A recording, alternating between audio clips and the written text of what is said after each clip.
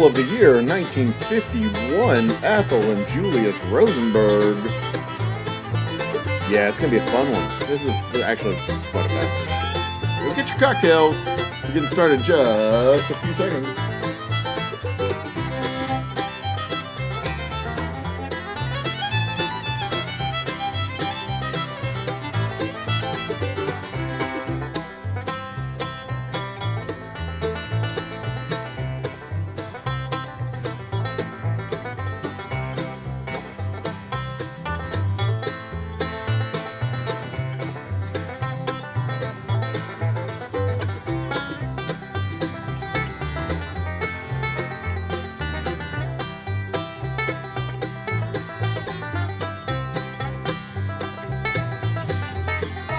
A little ordinary? Is it lacking something awesome? Well, head out to your local liquor store and pick up something extraordinary. Grab a bottle of Old Humble Straight Whiskey or Old Humble Special Reserve. They're clean, smooth, easy drinking whiskeys that taste the way whiskey should taste. From humble beginnings to an extraordinary finish, Old Humble whiskeys are what your bar needs today. Walk tall, be awesome, and drink humble. Old Humble Straight Whiskey and Old Humble Special Reserve. Get yours today. Get yours today indeed, because the Old Humble Distilling Company's delicious whiskeys are here for you. I'm the Old Humble Guy. This is the Old Humble Distilling Company's Wednesday night whiskey happy hour, and we're going to have a fun damn show tonight. I don't know how I fell down this rabbit hole of the Rosenberg trial, but I kind of did, and it was, I don't know how to explain this, because it was controversial in the 80s, because all of the classified documentation hadn't come out yet, so it was very controversial still.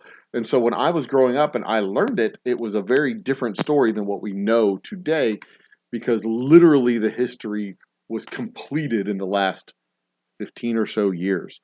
Cheers, Vanessa Kitty. Cheers, Sunflowers. Cheers to everybody out in chat. Let's go ahead and crank the show up. We're going to open up the show with our opening shot. Today's opening shot will be our Special Reserve. Tonight's cocktail. I know I said we were doing Banana Rascals in the description of the show, but we're not going to be doing Banana Rascals tonight because I don't have the ingredients for Banana Rascal. We will be doing instead Old Fashions, because I do have ingredients for Old Fashions. Cheers to everybody out there. May you all have a prosperous, healthy, and eternally blessed new year. How's that? Does that sound good? That sounds good. Yeah, that's a good one, huh?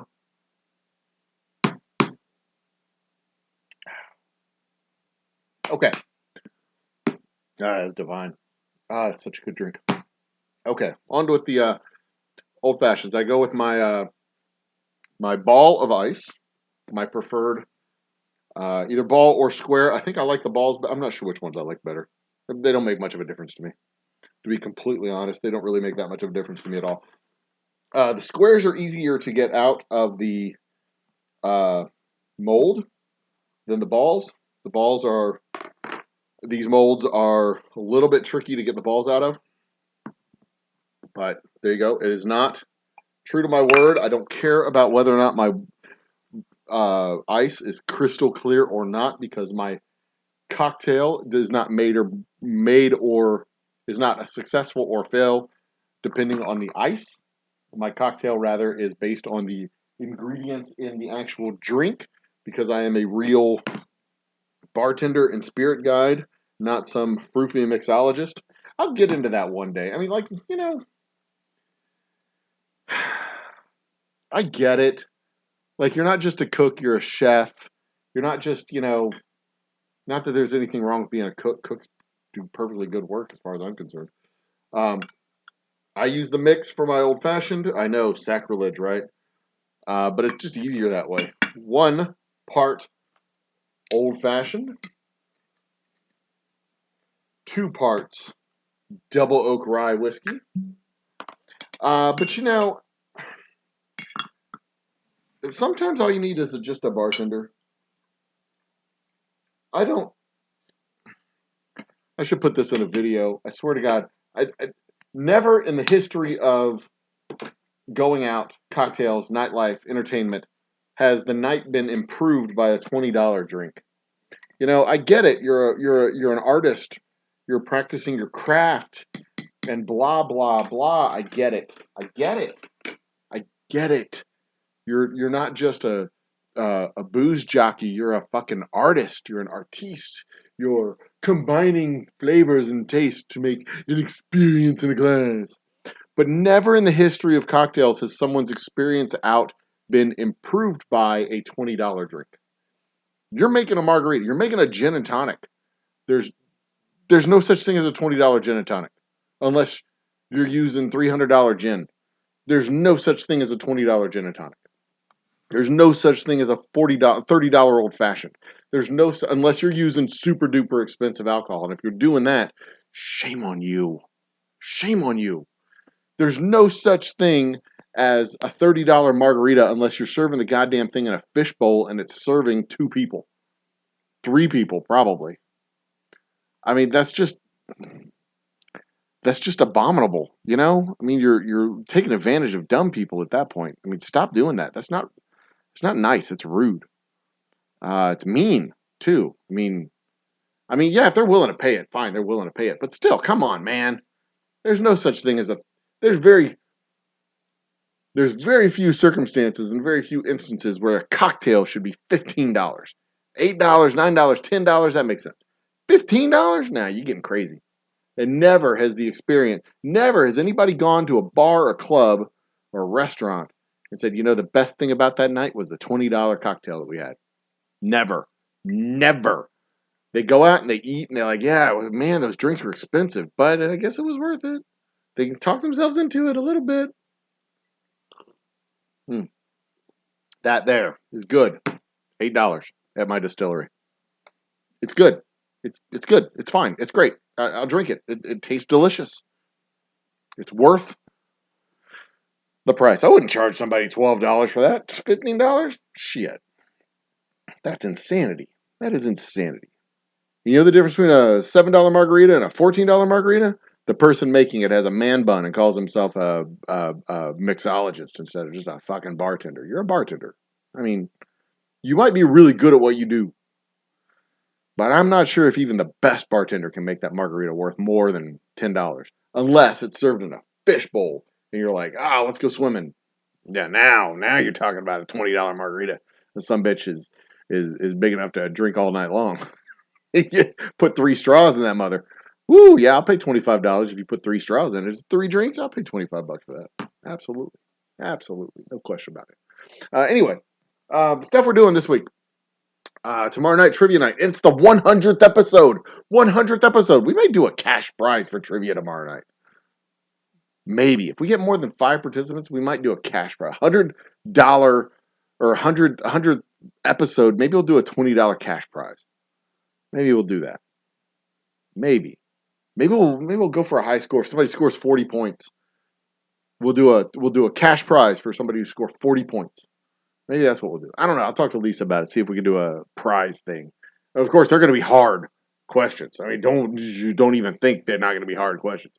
You got to win and get like 20 points, and they're going to be hard questions. They're going to be like Trivial Pursuit questions from the 1980s. Yep.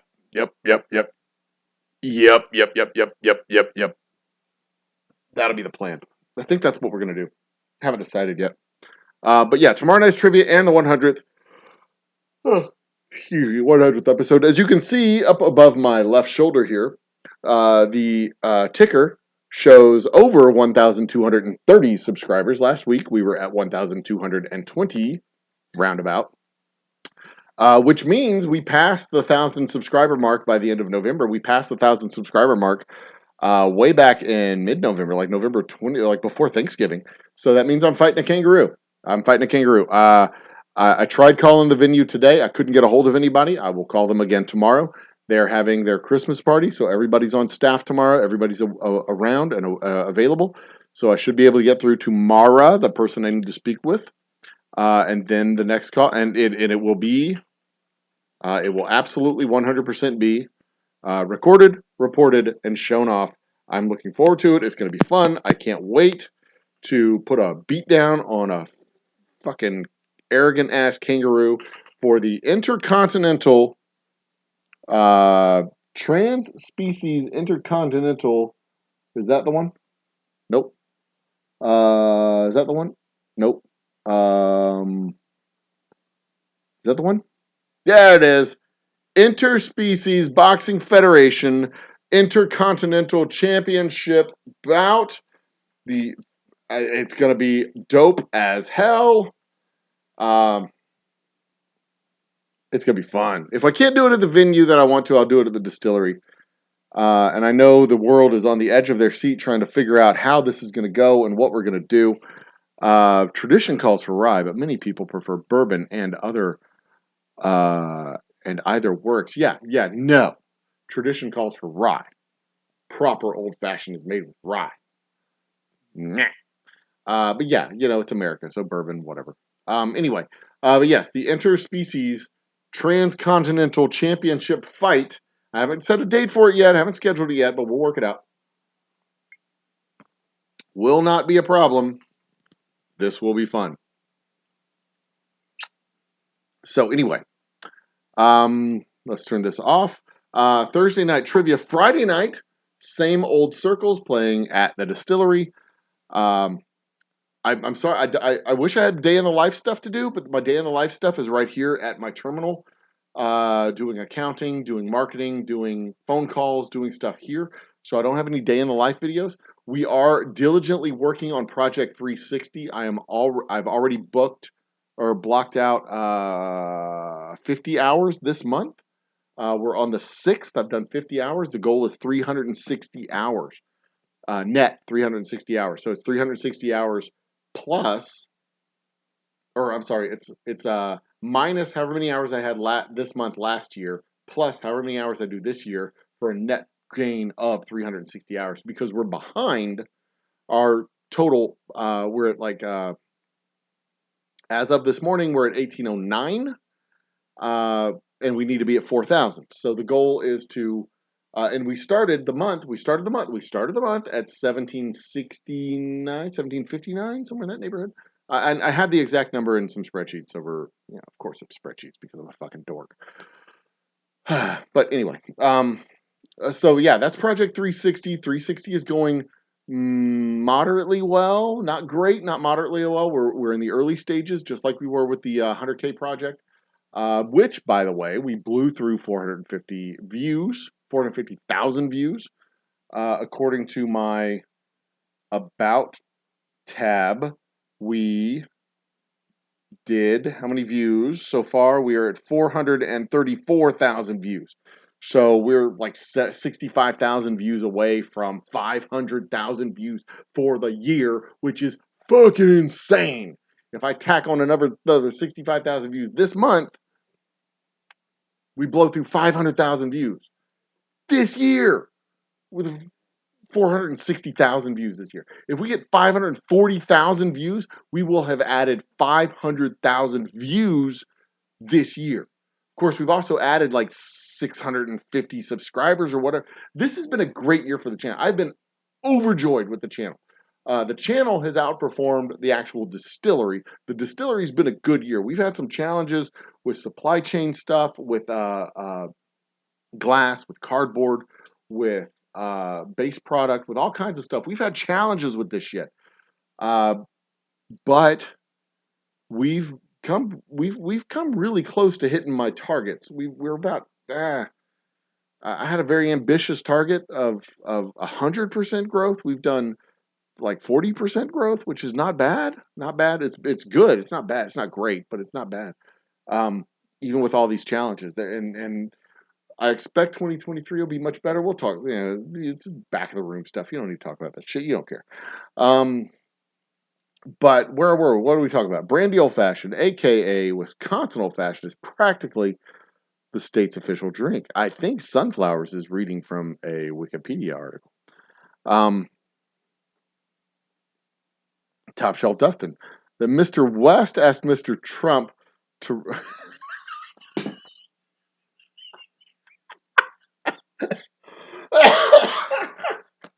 Oh, holy shit. Yeah, that was Okay, so Top Shelf Dustin writes in comments. I learned that Mr. West, Kanye West, asked Donald Trump, the former president, to run as vice president. So he asked the former president to run as vice president under Kanye's, uh, and Trump got mad, obviously. Uh,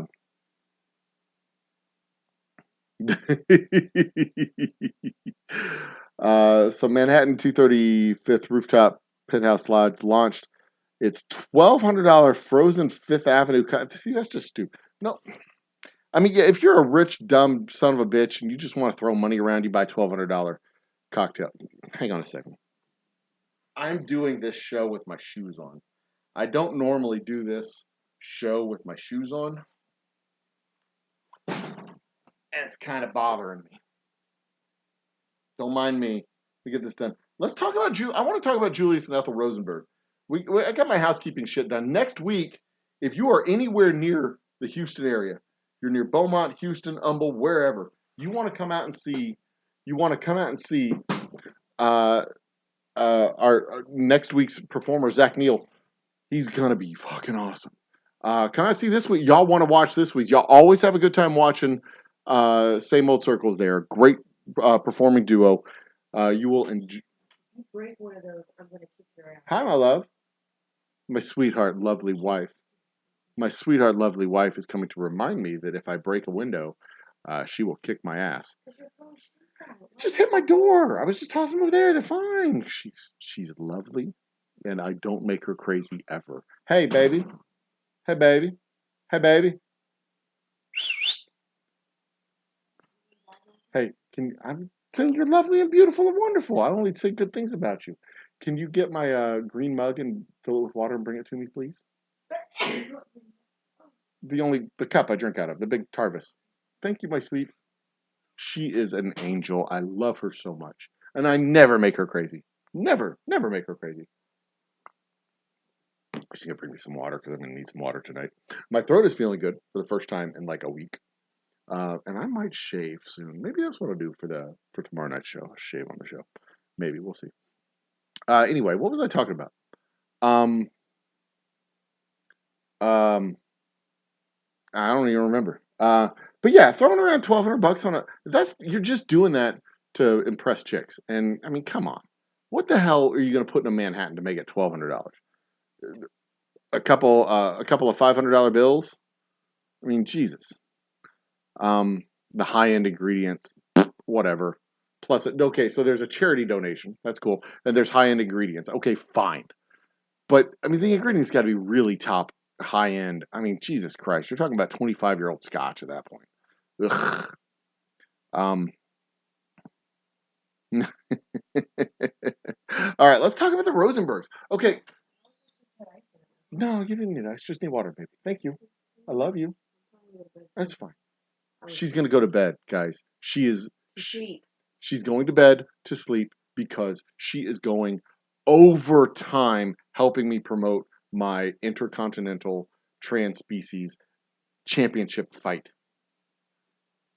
She just rolled her eyes and walked out the door.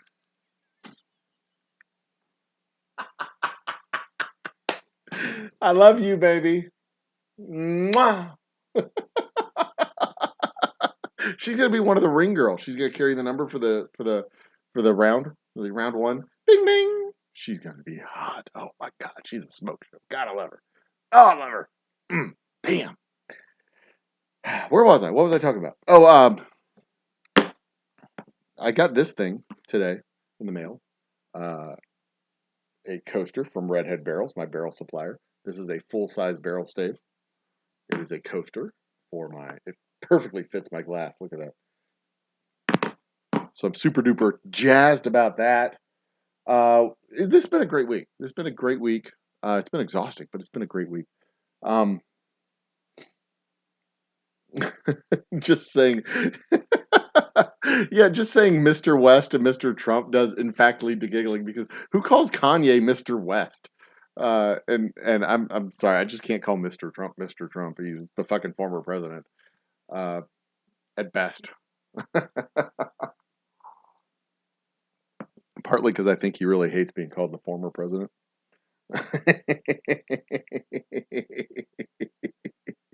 But anyway, that's irrelevant.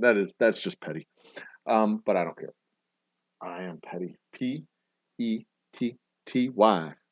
Petty. Yeah, I'm petty. P-E to the T-P-Y. Oh, okay. Anyway, what was I talking about? Okay, focus. Same old circles Friday. Zach, Neil on Friday next week. We might do a thing tomorrow where we make the bacon shots. That'd be fucking awesome. We make the bacon shots with the bacon wrapped around the. Yeah, maybe we'll do that tomorrow for the 100th episode. That'd be cool. Take this whole setup and go into the kitchen and make the shit in the kitchen. That'd be cool. That'd be cool, yo. That'd be cool. Okay. Julius and Ethel Rosenberg. The Rosenbergs, 1950s. Flashback. Go back 70. Where are we at? 2022. Let's go back 72 years to 1950. 1950. The United States has the nuclear bomb. We're the sole superpower in the world. We control our own destiny.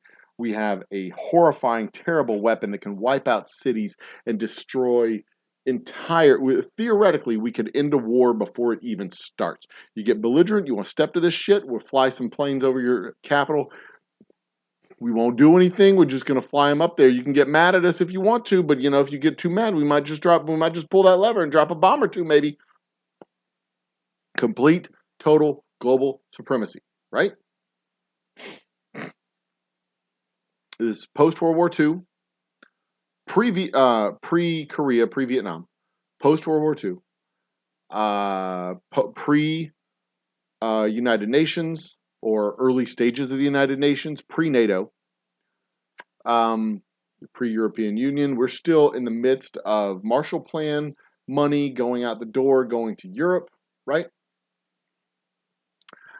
And then all of a sudden, 1951, 52, whatever it was, all of a sudden, boom, the Soviets test their first bomb. Where the hell did the Soviets come from nowhere to a nuclear bomb?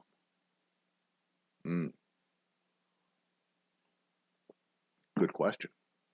All right. So it turns out it was this dude, Julius Rosenberg, and his wife, Ethel. Politically, around the world, the Great Depression, the near collapse of capitalist economies, the near collapse of our own markets, 25% unemployment in places, higher in other places. It was 25% average, which means in some places it was only 10 or 12%. In other places it was 30 or 40%. Right? We had mass unemployment. Half the people in the country who wanted to work couldn't find work in some places. Half the people in some places, not in the whole country. Half the people in some places. In other places it was only 10%, but 10% is insanely high. Right now we're sitting around 3%. We, in our lifetimes, my lifetime in the last 50 years, since the 1970s, 1980s, we have not known long-term unemployment that was that high, that was more than 5 or 6%. We had unemployment at 6%. We're like freaking the fuck out nowadays. When I was a kid back in the 90s and the 80s, unemployment was between 5 and 7, and that was considered normal. When it moved down to 5, that was considered like full employment. This was 25% average across the country. People were shook for obvious reasons. Communism was another alternative to the capitalist ideal. I mean, we know now, with hindsight, that there's no perfect system. Capitalism isn't perfect. Communism isn't perfect. Socialism is kind of a meld between the two. It's not perfect. They all have their issues, and it's balance between completely free, unfettered, and completely controlled. There's a balance that has to be struck between the two. You can't go all one or all the other.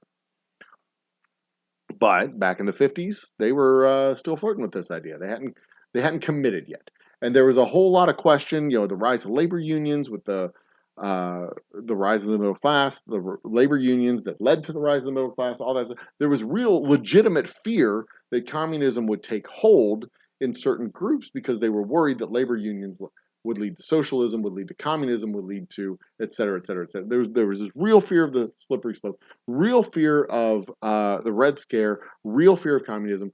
McCarthyism and all that shit was going just wild in the 1950s.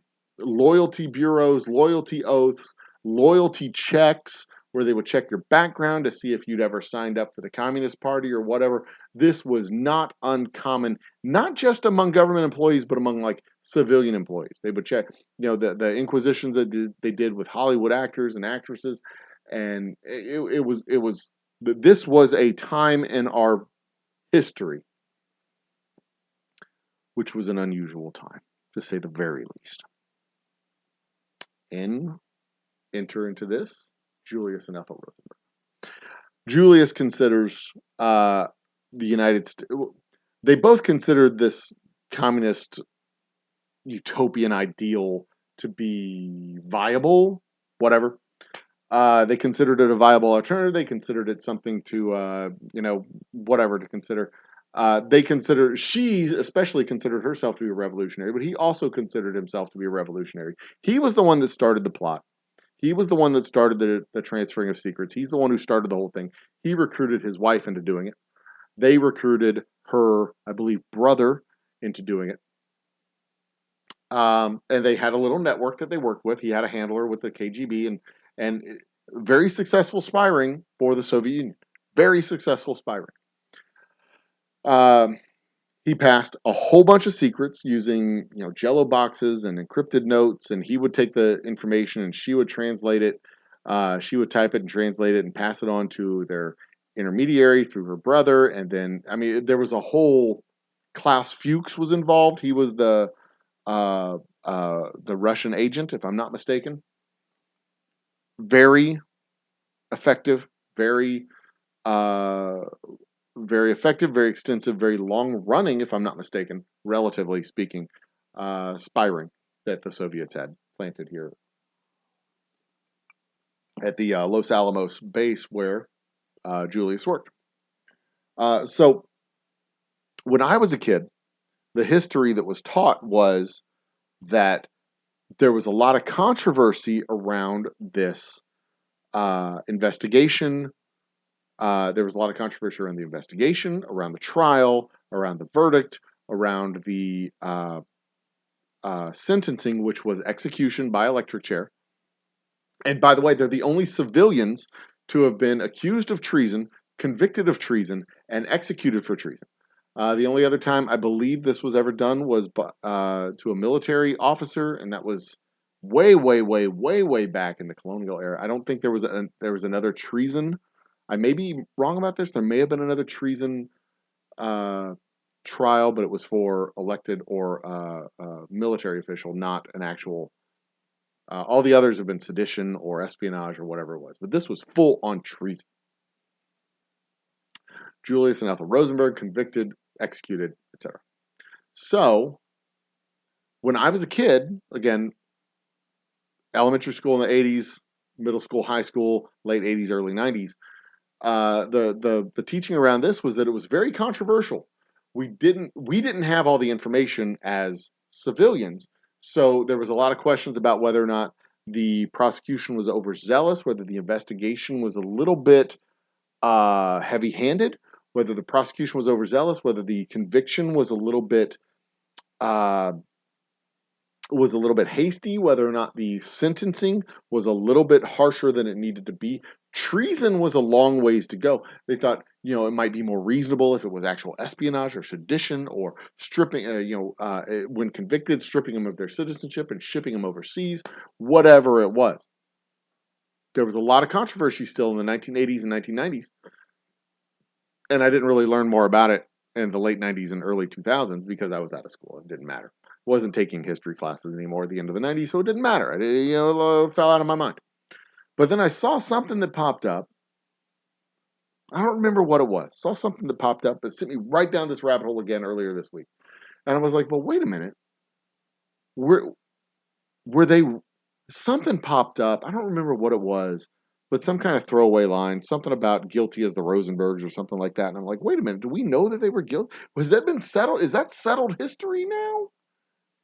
And instead of popping off my mouth and saying something ignorant, like, do we really know that they were traitors? I went and checked it out. I went and looked and see if there was any additional information that I didn't know about. Turns out there was a whole bunch of additional information that I didn't know about because the papers related to the trial and investigation and conviction and all of the stuff that they had made top secret and unavailable to people's eyes was declassified back in the early 2000s. I want to say 2006, 2008, somewhere in that neighborhood. And even though their son, Frank, was maintaining their innocence all the way through during their, and also, by the way, these two people had two kids, which were orphaned by their execution. Also part of what made this so controversial because they took a mother away from her kids and like, oh, they killed her mother, they killed her mother. She was a fucking traitor. She was a traitor. She was a spy. Fuck it. Enough. But anyway, even Frank was maintaining that these people were innocent. And also, by the way, it was her brother that turned on them. Her brother turned on them and turned them in. But her son Frank maintained their innocence all the way through the 60s, the 70s, the 80s, the 90s, and into the 2000s. And then when the documents were finally released in 2006, 2008, whenever they were released, Frank was like, yeah, mom and dad were guilty of sin. Y'all did the right thing. Sorry about that. Yeah, y'all were right. Oops, my bad. So, I guess the moral of the story, if there's a moral to the story, I guess there's a couple. Don't be a spy and sell secrets to the Soviet Union, our enemies in general. Don't do that. That's bad. That's a bad thing. You may, if it's a big enough deal that like puts a whole nother superpower on the same level as us, where they, you launch an atomic arms. Dwight D. Eisenhower, the president at the time, the guy who led the army on D-Day and all the way through the European offensive in World War II. That dude who was the president was like, "Yo, y'all may have risked millions of lives with y'all shit. What the fuck? And you want a pardon? Are you kidding me? You may have just put a whole bunch of lives in danger. Who the hell do you think you are, you dingalings?" And she's like, "But my kids don't want to have a mother." And they're like, "Oh, you know how many kids aren't going to have mothers and fathers because of the shit y'all pulled? You dummies. You're going to have a whole bunch of people that you might have caused World War III. You idiots. You get in the chair. You're gonna put a whole damn chair on top of you and electrocute you, dummies." Anyway, what was I saying? Anyway, turns out with the release of the papers, more information that was released, the depth and breadth of the investigation, all the evidence they had on, they were guilty of sin. They were absolutely guilty of sin. So I guess the moral of the story, that's where I was. One, don't be a traitor. That's the moral of the story. Don't be a traitor. If you're going to sell secrets, well, first, don't sell secrets to our enemies. Two, if you're going to sell secrets to our enemies, make sure they're not like important secrets. Do it like Ed Snowden, like sell secrets that people already know. Like, oh, they're spying on our phone calls. Like, yeah, we know. We know, homeboy. They've been doing that. But oh my God, I'm outraged. Fucking moron. I really hope he likes Russia. I hope it's comfortable for him and he enjoys it there. He's like, oh my God, they're surveilling all the stuff we do in the United States. And he goes to Russia and it's like, he takes a dump and they're like, oh yeah, you had corn today, comrade. Good job. They're like, they're that fastidious about investigating and observing everything that he does. I mean, it's not as bad as the Soviets did it, but like this dude, yeah, they're fucking checking his meals before he eats them. They know what his steak tastes like before he eats his steak. Tastes like dog. It's Russia. Anyway, the third moral of the story is, I don't know if there is a third moral. Oh yeah, the third moral of the story, like one, don't sell secrets. Two, if you do sell them, don't make them like big secrets. And three, like we don't always know the whole story. Like there's a whole lot of shit that we think people are getting away with that they may not be getting away with it. we just don't know the whole story. And there may be some shit that people are like, damn, they kind of came down on that guy hard. But we don't know the whole fucking story. Like this reality winner in jail for, I don't know how long she's been in jail for. Like they might know some more stuff. Like she blew the whistle on this whole Russia. I don't even remember what the fuck she blew the whistle on. I don't remember what she blew the whistle on, but she was in jail for a while. And the guy she blew the whistle on managed to not be in jail. I don't remember what she blew the whistle on. Doesn't matter. I don't think it matters. But it sucks that she was in jail for longer than the guy she blew the whistle on. But my hunch is they knew some more stuff, which is why she was in jail. It might just be because they were shitty. That's entirely possible. They might be because they were shitty, because they can be shitty. But you know what happens that way? You know, sometimes there's information we don't know. And when the rest of the information comes out, we're like, damn. Damn. Damn. And by the way, some of that information on the Kennedy assassination will be coming out in the next couple of years. I'm not exactly sure what year it's coming out. 2024, 2026, somewhere in the next few years. So, you know, eat your vegetables and eat your Wheaties and go for a jog every morning because you want to stay healthy, because you want to hear about this shit. I'm curious to find out about it. You should be curious about it too. Anyway, so there you go. That's the Rosenbergs and stuff like that. That's the topic du jour. If you want to apply that topic to other stuff, we got Kanye and Trump and expensive cocktails and other. We got a whole list of shit that we can talk about tonight. So let's get on with it. Let's open up the chat portal. Ding ding ding, chat board. Whoop whoop. Where's the button? Greg, my producer, is slacking on me. Where's the button? Greg, my producer, doesn't have the chat window open because Greg is lazy. Greg, you're fired. He's like, I don't even get paid for this shit anyway. Yeah, no, fuck off, Greg. Greg is truly and honestly the worst. The worst producer ever. All right, let's get on with chat. That's where we left off. That's where I left off on chat.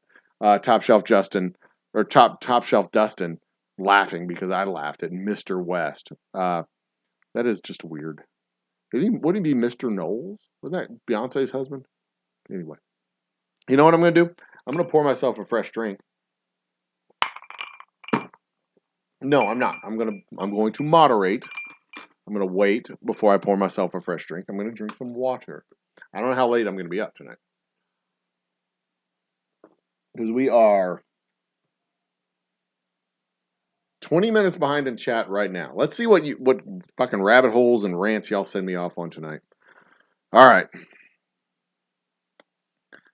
Hello, hello, hello. If that shoe broke the window is your place, that is true. But I wasn't aiming for the windows. I was tossing it down. It bounced up and hit the door. My doors have 1, 2, 3, 4, 5, 6, 7, 8, 9, 10 glass panes in them. These are my office doors. They have glass panes. I'm eventually going to have to renovate this room, I suppose. Turn it into a proper recording studio, I guess. I don't know. Maybe do that at the distillery. I don't know. Fuck it. I need to nothing. Anyway, I need to clean this room up. It's a filthy fucking mess. You can see all this shit back here.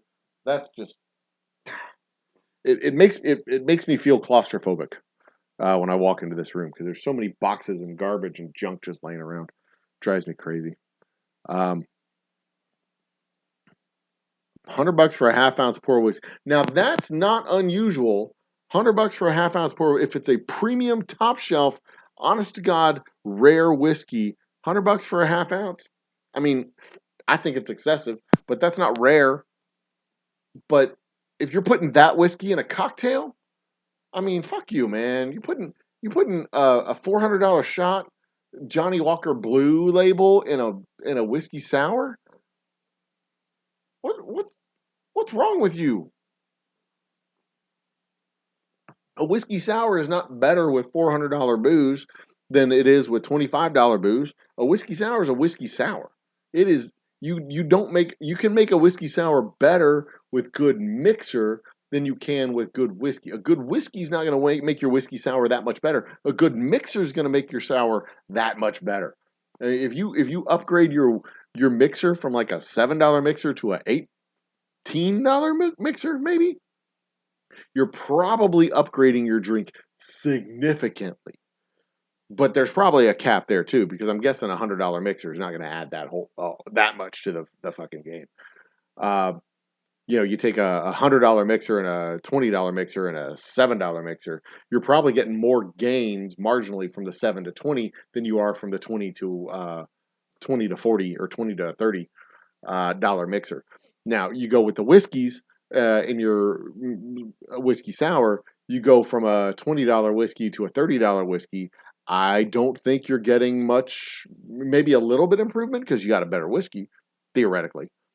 But then you go from 30 to 40, 50, 60, 80. I don't think you're getting a significant improvement on that particular cocktail, which is why most cocktails use the bottom shelf well drinks. A Jack Daniel's whiskey sour and uh, I don't know. Well, hell, Jack Daniel's versus my Boomtown Bourbon whiskey sour. I think my Boomtown Bourbon is a significant upgrade over Jack Daniel's. But if you put it in a whiskey sour, I don't think you notice that upgrade.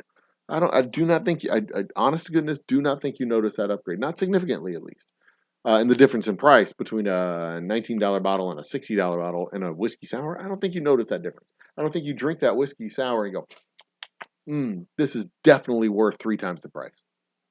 I don't think you do. I really, honest to goodness, don't.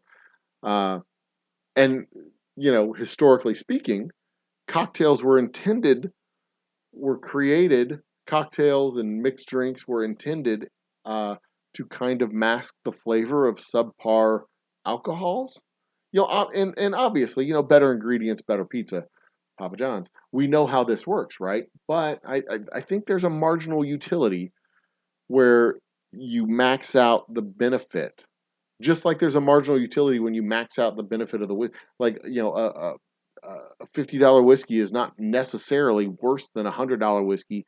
It is not necessarily worse than a $150 whiskey, and the $150 whiskey is certainly not necessarily 3 times better than the $50 whiskey. Not necessarily. Sometimes it is. $1,000 whiskey isn't necessarily 200 times better than your $50 whiskey, and certainly not 100 times better than your what would it be, 500 times better than your $20 whiskey? Am I running out of math here? 50 times better? Whatever. You know what I mean, right? I'm just saying that there's like a marginal, like I mean, I don't necessarily think $100 steak is twice as good as a $50 steak. Steak's pretty fucking good. That $100 steak might be 20 or 30% better, but not 100% better. And that $50 steak may or may not be 100% better than a $20 steak. Because I know I can go to my local grocery store and buy 3 steaks for $40 and cook them up so that they taste pretty damn good. Probably every bit as good as a $40 steak that I would get at a steakhouse. Because all you're doing is salt, pepper, and heat, right? Right. You're not fucking around. You're not fucking around with your steaks. Salt, pepper, and heat. Butter. Garlic butter, maybe. I don't want to hear you talking about doing all kinds of Tabasco and Worcester and A1. You don't need to marinate your steaks in A1. Well, we can have a conversation about that later. Anyway, where was I? Step in the right direction. Blah, blah, blah. Jack's in the house. Welcome to the party, JAC. Cheers and salutations, my friend. I love seeing these returning names. I love seeing them. He answered a little Donnie. I just love the fact, Dustin. I just love the fact that Kanye goes to Mar-a-Lago and asks the former president to be his running mate. I mean, it's like, like, have you met this guy? Have you ever talked to this guy? Can he be second fiddle to any? Do you know what a vice president does? What the fuck?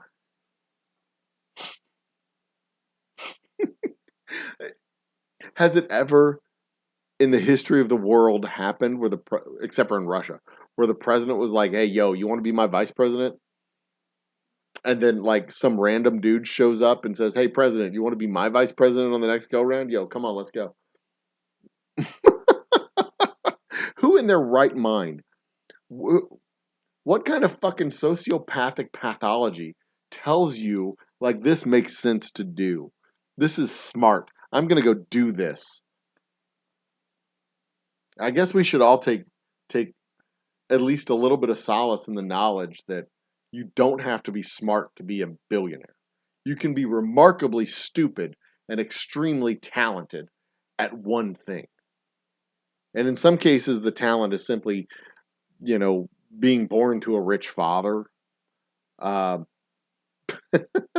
you have a talent for bombastic, loudmouth arrogance and ignorance. You have a talent to be a record producer and mixing albums together, but you can still be a stone cold fucking moron. And as long as you're smart enough to not have the people around you embezzle money from you, you can be very successful. Because if you get a solid $500,000, let's say, good solid $500,000, and a good business manager, you take that $500,000, you take half of it, take $250,000, put it with a good business manager. Say, good business manager, buy a restaurant or buy I don't know, a fucking license for something and do a thing. License a perfume, whatever. Invent a celebrity out of something. Maybe you need $1 million to invent a celebrity. I don't know. You take that $250,000, $500,000, $1 million, whatever. You invent a celebrity. You buy a restaurant. You invest in a liquor brand, and you have your like special vodka or celebrity vodka brand or whatever the fuck it is. Probably don't want to do vodka. Now all of a sudden your business manager and his organization, everybody else has a vested interest in you being successful. So now, you don't have to be brilliant. You just have to be smart enough to hire people who aren't fucking dummies. And we see that again and again and again and again and again and again and again, where somebody gets a hell of a fucking opportunity. And they're smart enough to hire smart people. And we also see it again and again and again where people get a great opportunity and they're so stupid that they don't hire smart people. And then they end up bankrupt and in the gutter and they don't get second chances. But boy, I tell you what, you hire the right people, you get all the second chances you want. And that, my friends, is the American dream. Getting second chances where other people get laughed out of the room. I mean, there's other parts of the American dream too. Buying a house, buying a car, independently wealthy, etc., etc., etc. All that wonderful stuff. I am pouring myself a second cocktail, as you might be able to guess. There's a lot of parts of the American dream. Lots of parts of it. But boy, I'll tell you what, that opportunity to get second chances, second chance after second chance after second. And I ain't shitting on it at all. It's a great opportunity. Another second chance, another second chance, another second chance. Oh, man. There are places that you don't even get one second chance. You get one shot. Of course, those places sometimes, the good ones have great social safety nets. So, if you do fail, you don't land in the gutter. You land in a nice soft space and you can take another swing and another swing and another swing. But man, the opportunity to get second chances, America can bless you with second chances again and again and again. You start early enough, you get 6, 7, 8 chances. You start late, you might get two second chances, maybe 3. I mean, we live a long time. We live 75, 80 years old. You can get 2 or 3 chances when you live up to 80 years old. Especially if you can get convince the right people to be on your side. So that's just the coolest thing. That's one thing we can be very very secure in the knowledge when we see shit like what Kanye and the former president are doing. Like, stupid people get rich all the time. Stupid people, you get a good idea. Stupid people get fantastic. You may not get as rich as a smart person would have gotten, but for a stupid person to strike it rich and get $500,000, stupid person to strike it rich and get $500 million, stupid people get rich all the time. All the time. And there's a very low bar for being rich. $1 million, $2 million, that's pretty fucking rich. It's not quit your job and fuck off to the Caribbean for the rest of your life rich, but it is pretty much living out the rest of your retirement days in comfort rich. It's rich enough that you can do things and not have to worry about it. Rich. And even a couple $100,000, $400,000 or $500,000. That's more money than most of the people. I mean, $400,000 in assets, I think, puts you in the top 10% in the United States, which ain't no slouch. Pretty fucking awesome. And having a paid off house pretty much puts you in that top 10%. If you have a paid off house in the suburbs in most cities in America, you've got a $200,000, $300,000, $400,000 house. Add that to your 401k, pension funds, whatever else you got. You pretty much got $400,000 in assets for most people, assuming you're out of debt. You don't have a whole lot of other liabilities. Yeah, interesting thought. 70s bottling of a rather famous bourbon. So 1977, that's a 40-something. Well, it's a 40-something year. It's not necessarily 40-something year old. It's a 40-something year old bottle. Impressive. One of the best bottles of bourbon ever made.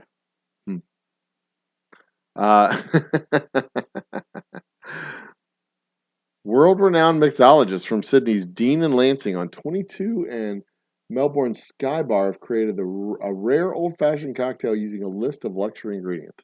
A list of luxury ingredients that you can't replicate at home, no doubt. I have so very little patience for people who call themselves mixologists. I mean, I respect the profession. I absolutely do. I respect bartenders. It's not an easy job, especially real bartenders and people who aren't just like pulling beers out of an ice chest. I respect the hell out of the profession. It's not easy work. It takes a tremendous amount of focus and concentration and management of crowds and people and all kinds of other stuff. I'm trying to do something over here on my computer, but it's annoying me and not cooperating.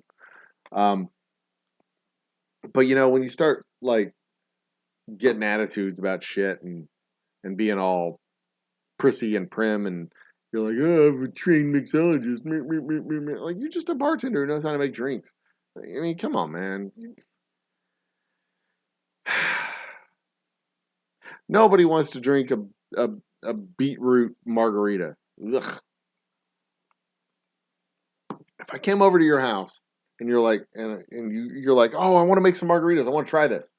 I'd be like, I like margaritas. That's cool. Hook me up with a margarita, homeboy.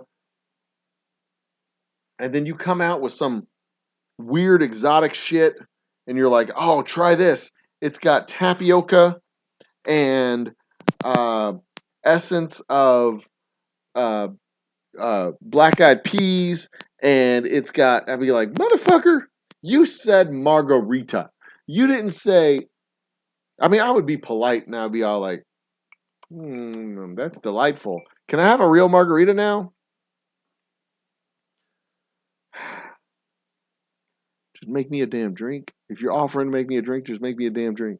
I don't need you to be fancy. I don't need you to be fancy. I mean, maybe there's some people who are like, oh, I like to be fancy, but that's like up front. You go and you're having the 9-course meal, and it's a bespoke cocktails with a 9-course meal, and this tapas plate is served with a shot glass of specially curated tequila from the central region of the tequila root agave growing farms, and it was specially picked by Madame Gutierrez, who is the proprietor of said farm, and she brought it just straight to our restaurant just for us. Like, okay, fine, okay, that's a part of the thing. But man, if I go to a bar and I'm like, yo, I want a margarita, he's like, check this out, and they're like, pull out like 65 degrees, like, you have already fucked it up. And there's debate which 3 ingredients is tequila, whether it's lime juice or sweet and sour. That's fine, acceptable either way. Cointreau. That's it. Maybe triple sec Grand Marnier. Done. That's it. Yeah, I don't need you spending 45 minutes making my goddamn margarita. Just make my fucking margarita. Just do it. This is not.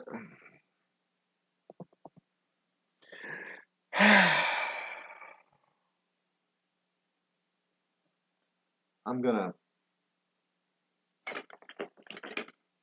take a brief musical interlude here.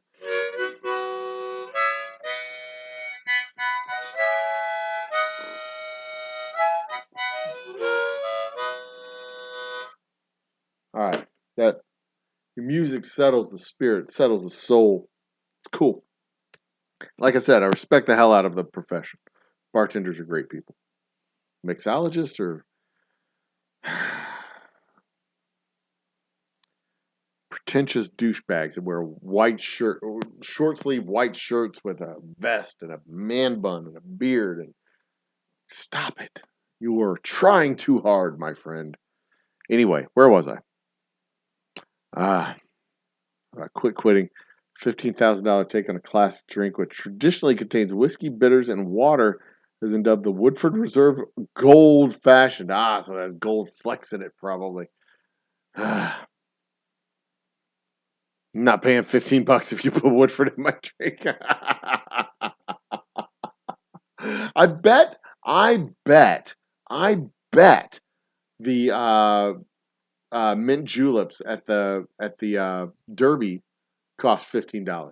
I betcha.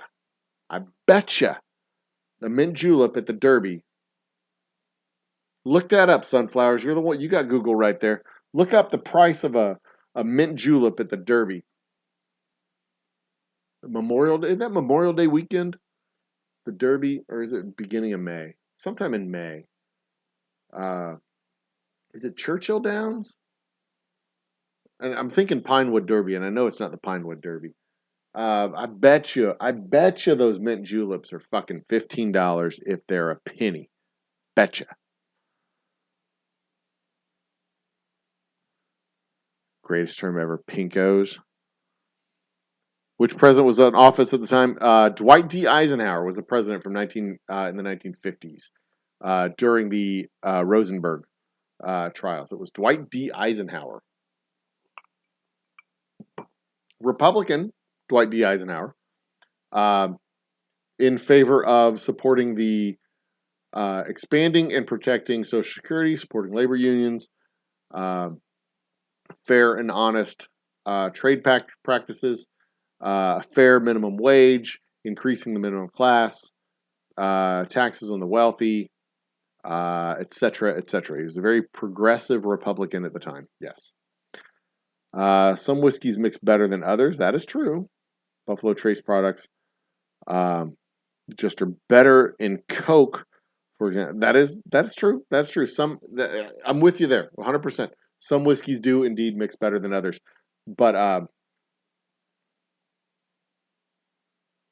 marginal benefit is absolutely not linear. That's the point of marginal benefit. It's like a curve, the utility curve. It kind of flatlines up at the top level. It kind of flatlines up, and that's the intention. Those utility curves are curves for a reason. They're not utility lines. Utility lines are for drying your clothes. He totally asked Trump if he wanted to shine your shoes. I wouldn't trust him to shine my shoes. He'd say he did it, but he would never do it. I wouldn't fucking trust him. What is Mr. West talented at? He is a great producer. He's a music producer. He was. I think he even made. Yeah, he was a performer too for a while, but he got off stage and went behind the production desk. He is a producer. Legally Yee. I'm not so sure who the guy is. Yeah, you are. You know who Kanye West is. The guy ran on stage and maybe made a mess. He did do that. He did do that. So yeah, there's that. Can I make this bigger? No. Yeah, I can. I can make it bigger. Someone just going down a list of things that Mr. Trump went bankrupt. No, I was not going down a list of things Trump went bankrupt doing. Although, The steaks, vodka. Well, let's go down the list. Steaks, vodkas, casinos, airline, uh, football. Steaks, vodka, casinos, airline, football, hotels. That's 6 times. He went bankrupt 6 times. I think that was the six bankruptcies. Um, like how do you go bankrupt selling good steaks? You don't sell good steaks. That's how you go bankrupt selling good steaks.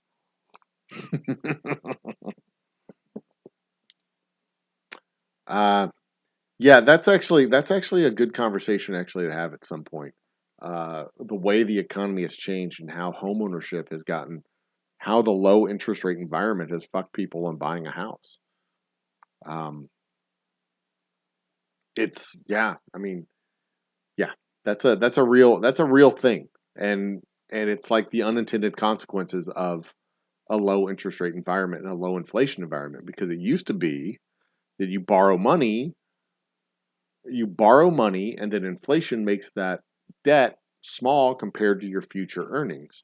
So if your earnings go up 5 to 10% every year, let's say you borrow $10,000 and you have income of $50,000. Your borrowing is 20% of your income, right? Well, for inflation, your income goes up 5% every year. So $50,000, 52, 5, then 55. Let's go, round numbers. 55, then 57, 50, 61. Let's goose it a little bit. Every year it goes up. So after like 5 years, you're at like 65, $70,000. Your debt is at 10, 9, 8. You paid it down to about $8 or $7,000. So now instead of it being 20% of your income, it's only 10% of your income. You're making 70, you only owe 7, it's only 10%. Inflation was great for people who borrowed money. Um, but it was terrible for people on fixed incomes, and it was terrible for people who had to pay for people on fixed incomes because if their fixed incomes kept going up at the rate of inflation, their income kept going up at the rate of inflation, which means you had to keep paying them more at the rate of inflation. So you had to get inflation down. Inflation goes down, interest rates go down, interest rates go down, inflation goes down. So debt becomes much more affordable, but pay isn't rising. So you fall into this trap where you can borrow more money, but your income doesn't inflate to make that money less of your income. So you can borrow more, but your income doesn't rise at the same rate.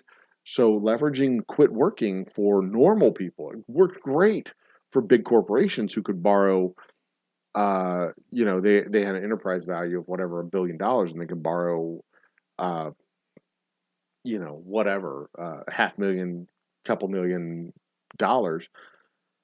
and leverage their way into a purchase and then flip that out, and then it was fine. It worked great. It at large scales it worked great. At small scales it doesn't work so good because you borrow for a house at $400,000. Your income is whatever, $75,000-$100,000 household income. You borrow 4x of your income, but your house pays down. You're paying it down at 1%, 2% a year. Over the course of 30 years, your house goes down, but your income goes from 100 over that same 30 years goes from 100 to 120 instead of going up, you know, 5 to 10% every year. It just goes up 1 or 2% every year, and it was an imbalance. It's been an imbalance for the last 30 years or so, which is one of the reasons why we have such a crisis with debt right now in this country, and debt in general, not just student loan debt, but also mortgage debt and consumer debt and auto debt and like all the debt combined, consumer debt for people. The 40 years of a low interest rate, low inflation environment is kind of fucked a lot of people. It made it really hard to buy a house because when you talk about buying an appreciating asset on debt, or even a depreciating asset like a car, you're not talking about the price of the car. You're talking about the price of the payment of a car. So you're not paying $30,000 for a car. You're paying $600 a month for a car. The same way with a house. You're not paying $400,000 for a house. You're paying $2,500 a month for a house. And if you're paying $2,500 a month for a house, when interest rates go up from 2% to 4%, now you're not paying $2,500. You're paying $5,000 a month for a house, which means the price of your house went from $400,000 to $200,000 because the interest rates went from 2% to 4%. If now that I put everybody to fucking sleep, sorry, I geek out on this shit all the time. This is what I think about when I'm bottling whiskey. This is what I think about when I'm boxing up bottles. This is what I think about when I'm labeling shit. This is what goes through my mind literally when everything else is quiet. This is what is cranking through my brain constantly. My apologies. I can easily go down this rabbit hole. Easily go down this rabbit hole. And yeah, $500,000 home in most places, like here in Houston, $500,000, like my whole neighborhood is 200 to 300, 400, probably 400 tops. But 500,000, like these same houses in Detroit, well, Detroit's not a good example. This same house in like Austin would be $750,000. I live in a suburb. I live in a suburb. I'm 20 miles outside of the city center of Houston. Did we get it? Did I fix it? I think I fixed my monitor. Good. We're good. We're good. I fixed my monitor. Everything's going to adjust. Wait for everything to finish adjusting. Good. I'm going to pause for a second. I did. I fixed my monitor. Good. Fantastic. It's going to take a minute to process. Good. Just a couple seconds. But yeah, I mean, Houston is different. We can keep moving out and move out and move out and move out and keep going further out from the city center because we got no zoning here. We got no natural impediments. We got no mountains. We got no rivers. We got no lakes. We got no nothing that'll stop us from continuing to expand. Certainly no zoning, no laws, no regulations, no nothing like that. Welcome to fucking Texas. Yeah, in other places like Austin and Dallas and San Francisco. I mean, Jesus Christ! In San Francisco, a $200,000 house is like what, 1,200 square feet? That's insane. That's insane. You get a $300,000 house at what, 1,500? In New York City, $400,000 is an apartment, a condo. You buy your apartment at $400,000, and it's like a studio. I mean, are you kidding me? If I got a 3,500 square foot residence in Manhattan, it would be what, $4 million? It'd be insane. There's no fucking way a normal person affords that shit. You got to be making 7 figures to make that kind of shit. No, you can't do that. No, like normal people aren't moving there and buying. Of course, that means there's not a whole lot of 3,500 square foot houses available in Manhattan. Duh. You got to move out, further, and then you're not living in New York. You're living in the outskirts. But you make that trade-off. You want to live in New York, you either pay an exorbitant amount of money, you get a couple of roommates, or you have a place that is 600 square feet and you cram your kids and everything into it. And it's insane. It's insane. You cannot live in a I don't know how you live in a 600 square foot apartment with 2 kids. We have 3 in the house now. If we lived in our old house was 15, 16, I think 1,600 square feet. We barely would have survived. We barely survived with 2 kids in that house. We were on top of each other. And when they started bringing friends over, it was crazy. They started bringing friends over in a 1,500 square foot house. And it was like, I mean, God damn. I built a shed out back so that I would have a place to go. It was great. And not even just like going to the shed, just like to do it. Like having like the craziness inside of like, I'm going to go work on here and listen to my power tools run. Oh, God. Loud. And in here, I at least have my sanctuary. I can come in here. But I mean, it's cluttered up. It's not really sanctuary. I need to do something about this room. I really do. Look at this shit. Look at this shit. I got this over here. That's my paintings. But this, there's fucking trash over there. There's fucking trash over there. There's boxes and shit over there. I mean, this whole fucking room is just like, it's not like complete clutter, but over the years I've accumulated, I need to turn on my volume. Over the years I've accumulated a lot of like detritus, and I need to do something about it. I need to I want to replace this carpet with hardwood. We've got the hardwoods in the garage. I need to just clean everything out of here. Serenity now. Serenity now. Serenity.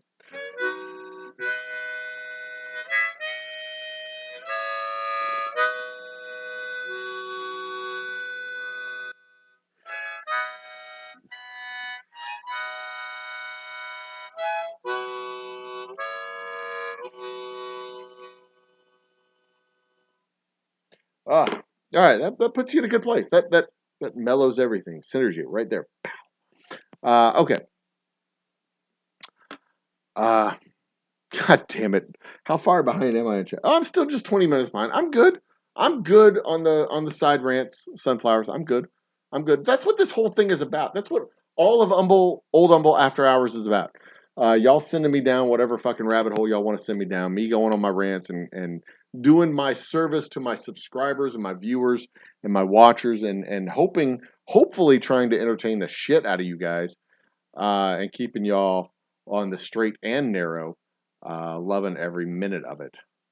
Loving every minute of it. All right. Loving every minute of it. All right. Turn that dial all the way. Something in the rabbit and here to stay. Loving every minute of it. Loving every minute of it. That's a Kiss, isn't it? Isn't that Kiss? I think it's Kiss. Let's move this a little bit that way. That do it? Yeah, that's good. Okay. I'm over here rearranging stuff on my screen behind the scenes. Y'all can't see it, but that's what I'm doing. All right. Anyway, he wonders why he's always behind on chat. Yes. No, I don't wonder why I'm always behind on. I know why I'm behind on chat. 10% is that special. It's not like everyone's at the same. Yeah. Yeah. Exactly. Everyone's not at the same stage of life, and that's the whole point. But it's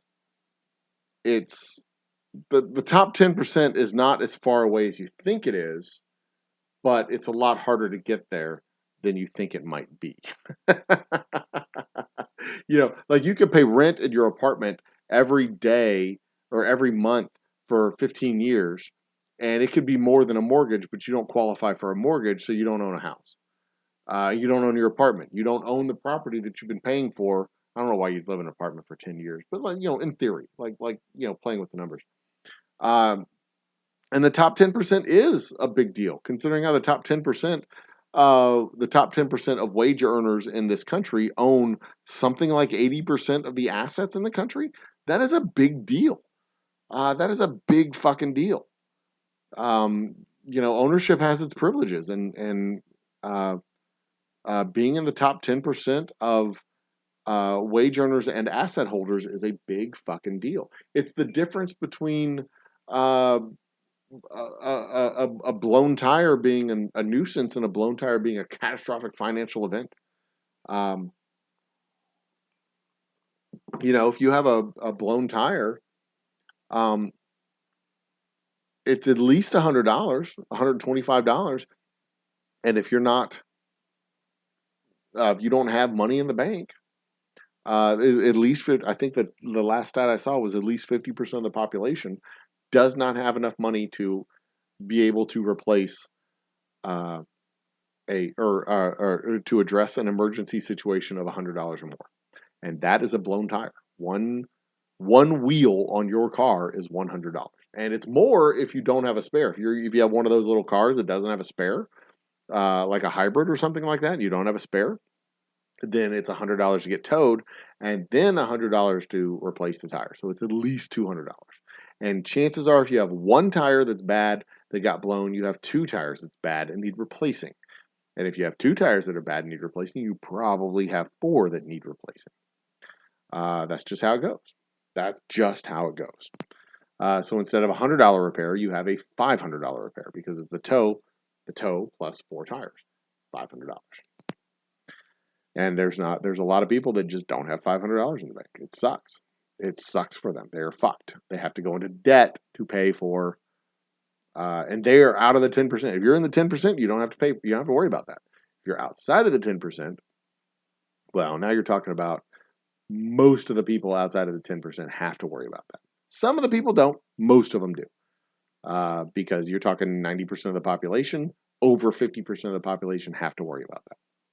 So outside of the 10%, you're talking that 90%, probably, let's say 38 versus 52. 38 plus 52 is 90. So there you go. That's a big fucking deal. Big fucking deal. Okay. So they have 3 options. Get back up there. 3 options for mint juleps. You looked it up. Good job. I can always count on chat. You have 3 options for a mint julep with Woodford. Woodford is the official whiskey of the mint juleps at the Derby. What is the Derby? Horse racing Derby. What the fuck is it? I know what it is. Horse racing Derby. What is it? Derby. It's a Churchill Downs. Isn't that where it's at? Derby and Oaks. Why is a horse race called a Derby? Kentucky Derby. It's the fucking Kentucky Derby. God damn it. Why am I such an idiot? Ugh. Jesus Christ. The Kentucky Derby. The Derby. The Kentucky Derby. Yeah, Woodford Reserve is the official whiskey of the Kentucky Derby. They are the official whiskey of the mint juleps at the Kentucky Derby. So 15,000 and 2,500. Jesus Christ. I told you the cost of a mint julep at the Kentucky Derby is going to be $15. And nobody ever said that was the highlight of the trip. That is not what people say. Because, they go for the race. And, it's just like when you go to a baseball game. You're not like, you don't go to the baseball game and say, wow, that no-hitter was awesome. But you know what was really great about the baseball game? The $9 drinks, the $9 beer. I mean, it was this much beer, but it was $9. That was the best part. Nobody fucking says that. They bitch and complain about the price of the drinks.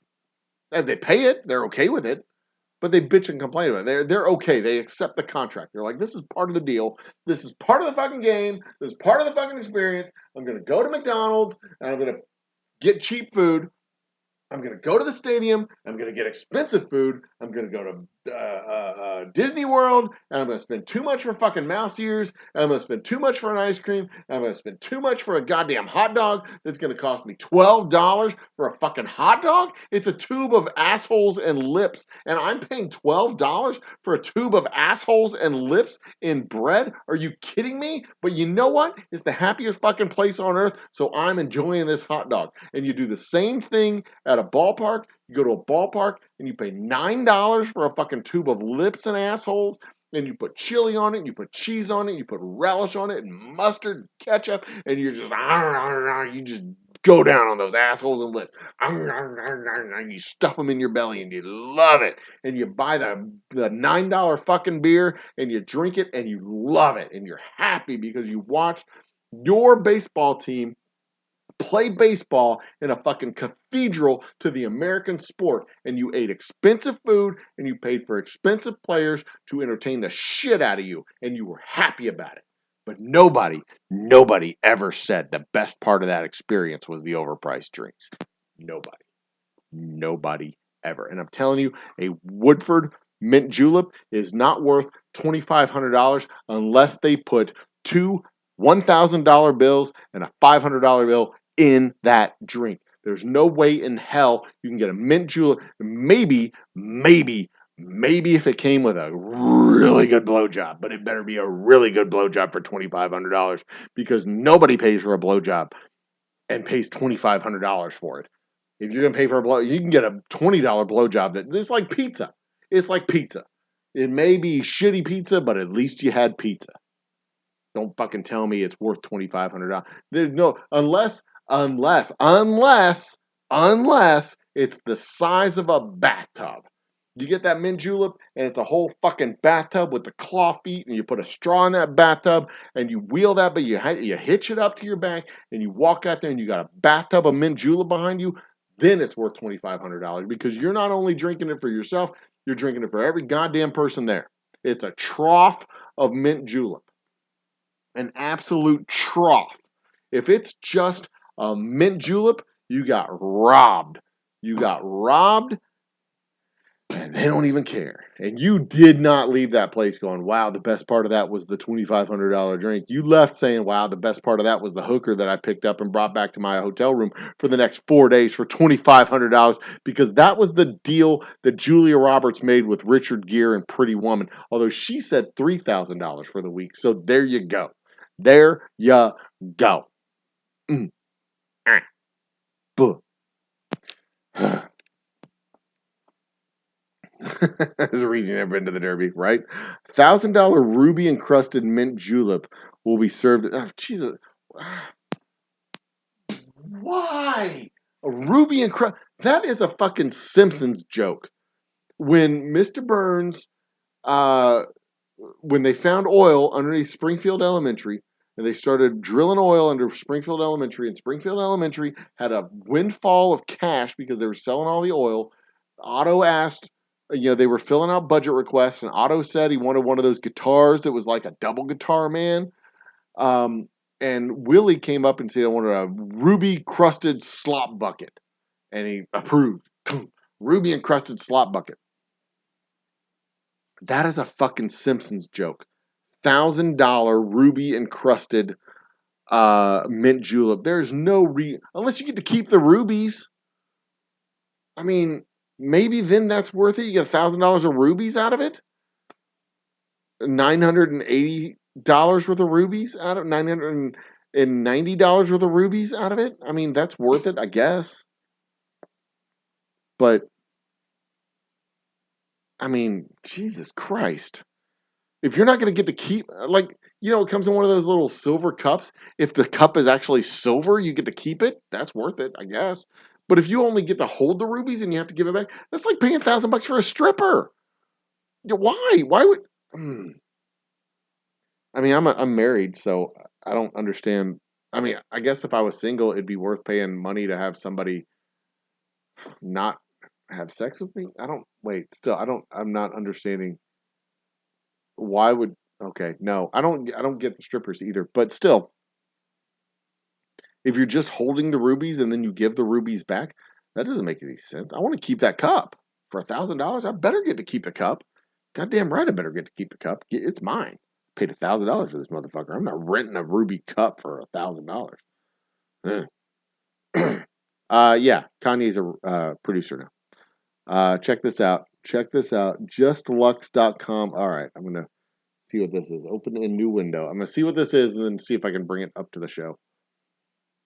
I gotta vet it first, and we'll see what that shows. It is loading, so give me a minute. Yeah, don't forget to subscribe. There's that one. Maintained about 300, 600 million in debt. Their expense has been a net credit. We're making money off of our. Yeah, and for large companies, that's exactly what they do. They can make money off of their debt, but we can't. We don't get to make money off of it. Like the banks, when the interest rates were at 0 and 0.1%, I mean, money market funds, the safest funds were paying 0.25%. It was a ridiculous fucking joke. They're getting 1% from the Fed for their overnight funds, and they're paying out a quarter of that in money market funds. It's insane. Absolutely. Talk about pure arbitrage. That's arbitrage here in the States. Like, this is our cash balance. We're going to keep it with the Fed, or we're gonna loan out our cash balance and then borrow money from the Fed to shore up our bank account or our current accounts. Jesus Christ, it was a fucking scam. But of course, in Germany, national interest rates in Germany were negative, so they should have been borrowing just shitloads of money because people were giving them money and then paying them money for the benefit of allowing them to borrow it. Negative interest rates is crazy. There was negative interest rates for a while. That's when your borrowing capacity is infinite, like literally infinite. You should borrow zillions of dollars when the interest rate is negative because they're paying you money to loan. They're paying you money to loan you money. It's insane. It's just insane. Absolutely crazy.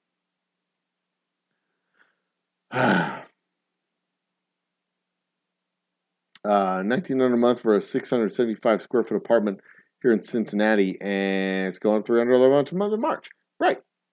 I charged $1,900 a month for my old house when I rented it out, and it was a 2,500 square foot house with a whole fucking yard. $1,900 a month is what I charged in rent. I think I topped out at 25. And that was like 4 years ago. No, shit. That was 10 years ago. That was 10 years ago. I topped out that rent at $2,500. I rented it for, I think, 6 years. I can't remember exactly. But yeah, 675 square feet is, I think, my living room. My first apartment.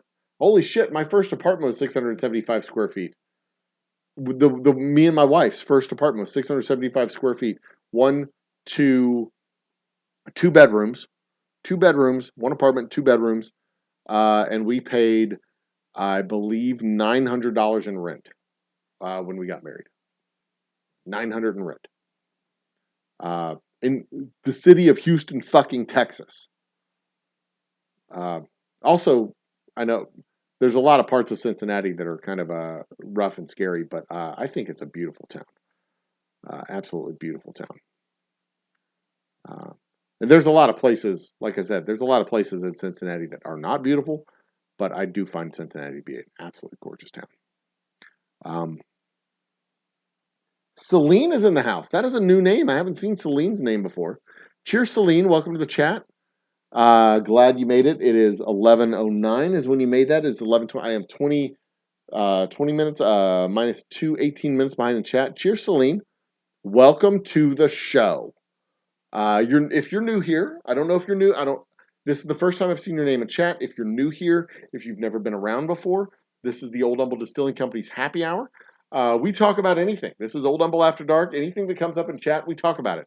I'm not an expert on everything. I am an expert on very few things, but I can try to talk. If it's a topic that I don't know anything about, I will say so. I know nothing about that, and I'll take your word for it if you bring up a topic. You know, one topic that I want to bring up in the next couple of weeks is the size and scope of the universe and Andromeda, and just the scale and scope of looking at Andromeda, that it's like 2.5 million years away, but it's also 1.5 billion years younger than our galaxy, which means it should be, any solar system there should be 1.5 billion years younger than our solar system.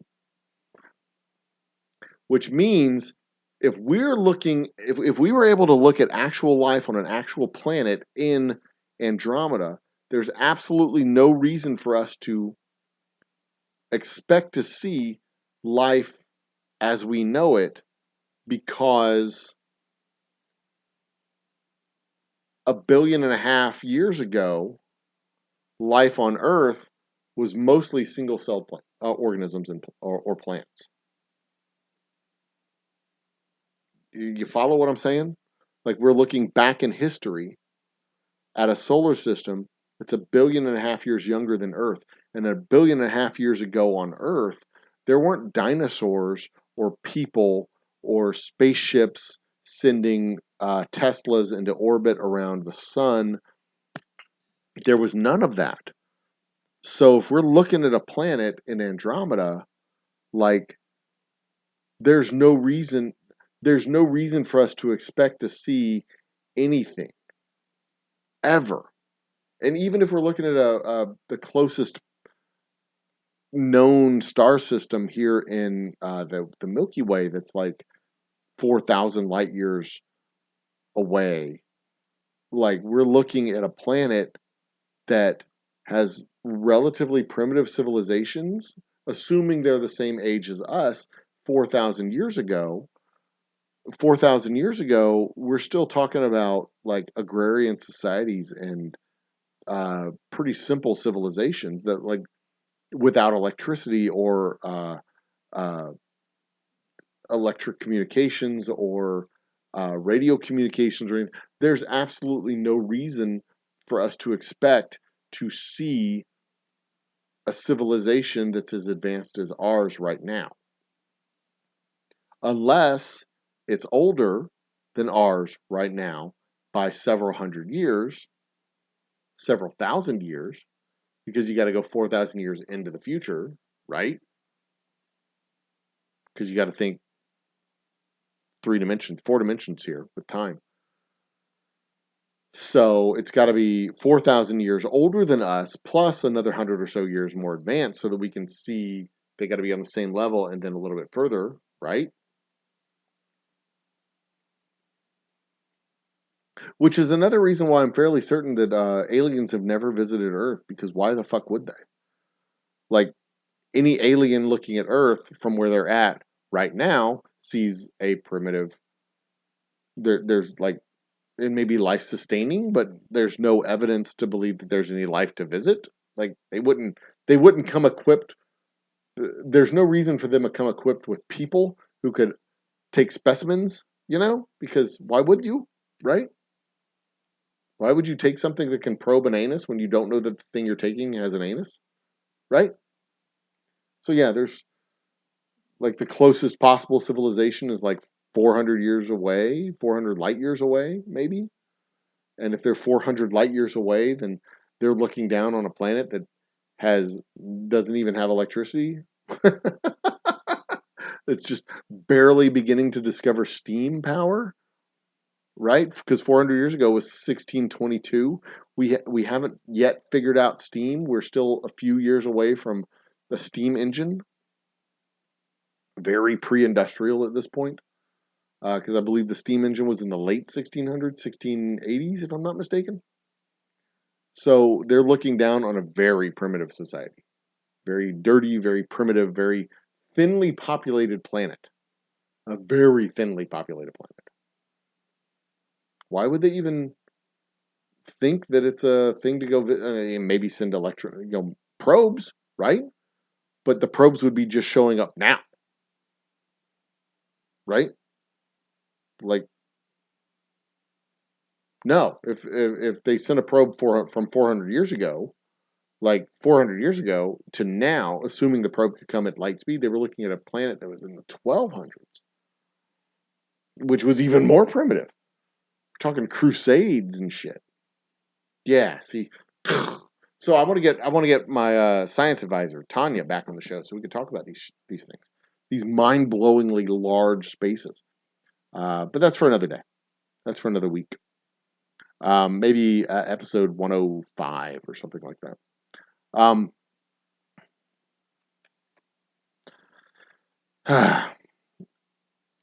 Bonus points if you own in any place like downtown. Oh yeah, if you own a place downtown, oh shit yeah. And even like a 600 square foot apartment in downtown Houston, is probably close to a couple $2,000. But we're still talking downtown Houston at that point. You get just outside of downtown Houston, 600 square foot apartment is going to be like $900 to $1,200. Doing organizing my office stream. That's a good idea, Sunflowers. That is a really good idea. Like move my desk right out there outside the doors and say, okay, we're gonna organize this sumbitch. I might do that one day. That's a great idea. That is a great idea. About 125 for blown tire. Good God, I wish. Yeah. Yeah. The insurance. Oh, Bacon's in the house. Cheers, goddamn Bacon. Welcome to the party.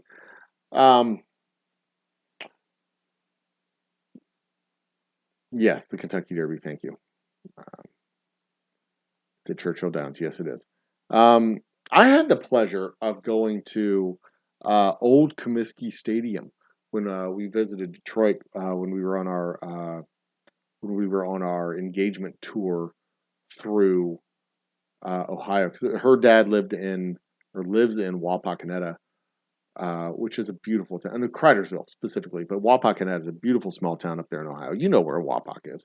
Cridersville is where he lives, and we went to Columbus for her grandparents, Wapak for the museum, Cridersville for her dad. Went up to Toledo to visit old friends of the family where I was born. Then went over to Detroit and University of Michigan, or East Michigan. East Michigan University, visited my sister and her husband at the time, and then made our way back. It was a great trip. Absolutely gorgeous trip. But yeah, I got the opportunity to visit Comiskey Park, the old Comiskey Park, not the new Comiskey Stadium. I didn't visit the new Comiskey Stadium. The old, was it Comiskey? No, Comiskey's the one in South Chicago, isn't it? It's an old Tiger Stadium in Comiskey Park. Yeah. Anyway, it was beautiful, absolutely beautiful. I was like in baseball heaven. I jumped the fence, grabbed some dirt, I held old Tiger Stadium dirt in my hands. It was a fucking spiritual experience. I loved it. It was absolutely fantastic. And I imagine that that's what horse racing people, imagine when they see Churchill Downs at the Kentucky Derby, and they're like, the track, and they just want to like touch the ground because it's like horse racing mecca, right? There's like Churchill Downs. It's the place where it's the horse racing cathedral, right? I mean, it's the place. It's like a Indianapolis Motor Speedway or Yankee Stadium or Tiger Stadium or Wrigley Field or I guess Kennedy Space Center or one of those places. It's like the place, right? I'm sure hockey has one too. I don't know. Fucking hockey's barely even a thing to register on my radar down here. But going to Lambeau Field or hell, standing on the 50-yard line in the Astrodome. I remember how cool that was when I was in band and we went to the playoffs in my senior year, and I was on the 50-yard line right there on the field in the Astrodome. I could look up and I saw the roof that blocked off the view of the field from God's own eyes. And that's why the Astros were cursed for so many years, because they had to wait for every person to be associated with the Astrodome to be out of the organization before they could win. Or they let them go to the World Series because they got out of the covered ballpark and into the retractable roof. The gods of baseball let them go to the World Series, but they didn't let them win. They didn't win a World Series until after everybody who was associated with the old ball club in the Astrodome was gone. Even the owner, Drayton McLean, he had to be gone too. It wasn't until Jim Crane bought the team and everybody from the previous generation was gone before they actually won the World Series. And it is true. There was a long-standing dome stadium curse on the Astros until that curse was finally broken in 2020 when the Astros won the World Series. So there you go.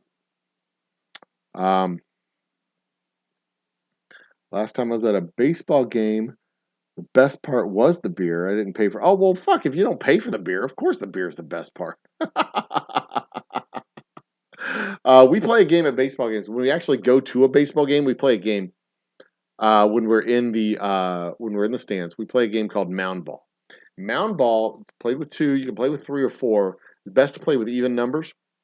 You do rock paper scissors to pick top of the inning, bottom of the inning. Of course, the home team doesn't necessarily play the last frame of the 9th inning, but the way Mound Ball works, at the beginning of the game, everybody orders a beer, right? And then at the end of each inning, third out, the player who has the ball does something with the ball. At the end of the final out of the inning, does something with the ball. Either he tosses it back to the mound, brings it into the dugout, hands it to the umpire, tosses it in the stands. One of these iterations, right? If the player throws it back to the mound and it lands in the dirt, then the person who has that frame, like everybody has to drink, and the person who has that frame has to buy drinks for everybody. So, top of the first, everybody buys a drink, right? Out one, base hit, scores a run, base hit, out. Third out, strikeout. Catcher takes the ball, tosses it back to the mound. Well, if you had the first frame, you're buying the round. There you go.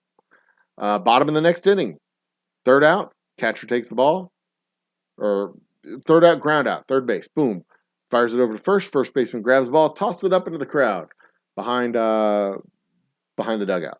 Yeah, all right. Nobody has to pay. Go into the second round frame. Bottom of the second, top of the third, bottom of the catcher takes strike three, tosses it up to the mound. It ends up. Is it gonna hit the dirt? Is it gonna hit the dirt? Is it gonna hit the dirt? No, it doesn't hit the dirt. Nobody has to drink. You just keep sipping your drink. And that is mound ball. It is a fun game to play. It's a game within the game. It's a game within the game. Entertaining as fuck. Anyway, where were we? Don't scream so much. Everybody's asleep. But yeah, I definitely don't want to wake her up because she will murder me. She will truly murder me. Thank you, Sunflowers, for keeping me not murdered. Shit, I am falling behind. It is 11:18 in chat and 11:40 in real life. So Mile High Ronan is in the house. Cheers, Ronan. That is another new name that I see in chat. Chelsea and Ronan are both new. I think new. I may have seen Mile High Ronan before. But either way, welcome to the party. I'm glad to have you here. Thank you so much for joining us. Good to see you. Tomorrow night's our 100th episode of the Whiskey Happy Hour redone happy hour program that I started this year. 100th episode. I know I started last year in December. Holy shit, 100th episode. It does have gold in it. It better have fucking 3 ounces of gold in it for it to be worth that price. I don't remember. Was that the expensive drinks rant? I am going to start recording these rants. I am going to work on it. Yeah. I paid for one beer was $13, which is now Lumen Field to watch Foo Fighters in concert back in 2018. I paid $10 for a beer at a Lenny Kravitz concert. And I only paid that $10 is because I didn't know it was $10 when I ordered the beer. That was the only beer I drank that night. So, yeah.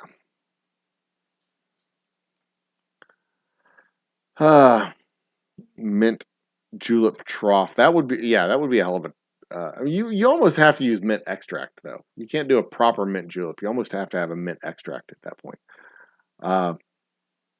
This is Old Humble 07. Oh, shit, this is Old Humble.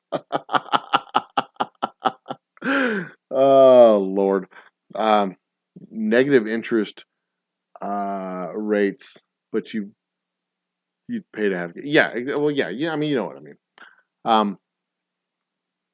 Go long dollar. I'd pay less if I had to deal with a yard and 2,500 square feet. Too much. Yeah, and see, this was actually an argument that me and my lovely wife had was, I didn't want to have too much. I would rather have a small house and a large yard. But she effectively convinced me to do both.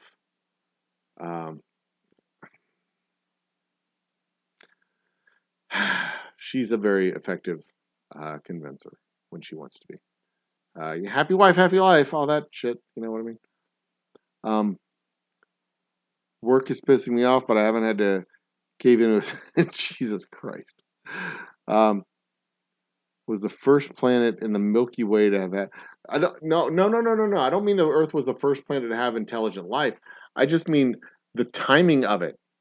I mean, let's say all the stars in the Milky Way formed at the same time, right? All about 4 billion years old. Let's say we all had roughly the same time. Then the further away you get from Earth, the further back in time you're looking at Earth, right? Alternatively, if your star is younger than our star, right? So you're further away, newer civilization, you're looking back at Earth, but you wouldn't be advanced enough to be able to get to where we're at, right? Unless you can advance faster and go through the tech tree quicker, right? But even if you were an older civilization, let's say your star formed before our star formed 4 billion years ago, your star formed a couple billion years earlier. You're still looking at an Earth that's, you know, you're 100,000 light years away. You're looking at Earth that's 100,000 years ago, but you're a billion years sooner. So you're still seeing a molten whatever rock floating around. It doesn't work. You'd have to be a newer planet looking back in time at Earth now. You follow what I'm saying? Like you'd have to be looking at us 1,000 years from now if you're 1,000 light years away, right? Because I mean that's the geometry of time and space in the Milky Way. If you're 500 years away from us, you have to be looking at us 500 years from now to see us today. But it's really 2,500 our time when you're looking at it, and we may not even be around 500 years from now. I assume we will be. I'm not a fatalist. I'm not a what would it be, a Nietzsche, what is it, the not a fatalist, a anarchist. No, not an anarchist, a you know what the fuck I mean. I'm not one of those people that think everything's going to just fall apart. I'm an optimist and by my nature. So, you know, I assume we'll be around 500 years from now. But when they see us 500 years from, when they're 500 years from now looking at us now, what do they see? You know, are they seeing? It's hard to think about it because if they're looking at us now, 500 years in the past, they're seeing the 1500s. You know, if they're looking at us 500 years from now to see us now, it doesn't matter because it's going to be 500 years after that, 1,000 years from now, assuming they can travel at the speed of light to even get to us. It probably 100 times that, right? So again, there's no reason to think that they would come to see us because there's nothing here to see when they're looking at the planet Earth. That's what I was talking about before. Like when they were looking at our planet, let's say they're super duper advanced. They're a billion years more advanced than we are. They're looking around the solar systems, they're looking around the galaxies. They see this protoplanet and Earth a billion years ago, right? A billion years because they're looking around, they're a billion years more advanced than we are, right? So they're looking at us a billion years ago and seeing this protoplanet that's like doesn't even have life as we know it. It doesn't even have life. It's mostly microbes a billion years ago, right? Trees and microbes, and that's it. Right? There's not dinosaurs even. There's certainly not people. Certainly no advanced life forms. I'm just saying the vast distances and time that light has to travel, if they're looking at us, oh, yeah, did that link load? That's a good question. If they're looking at us, they're not seeing us. They're seeing what was a billion years ago. So why would they send, like, why would we send people to Europa when we could send robots to Europa?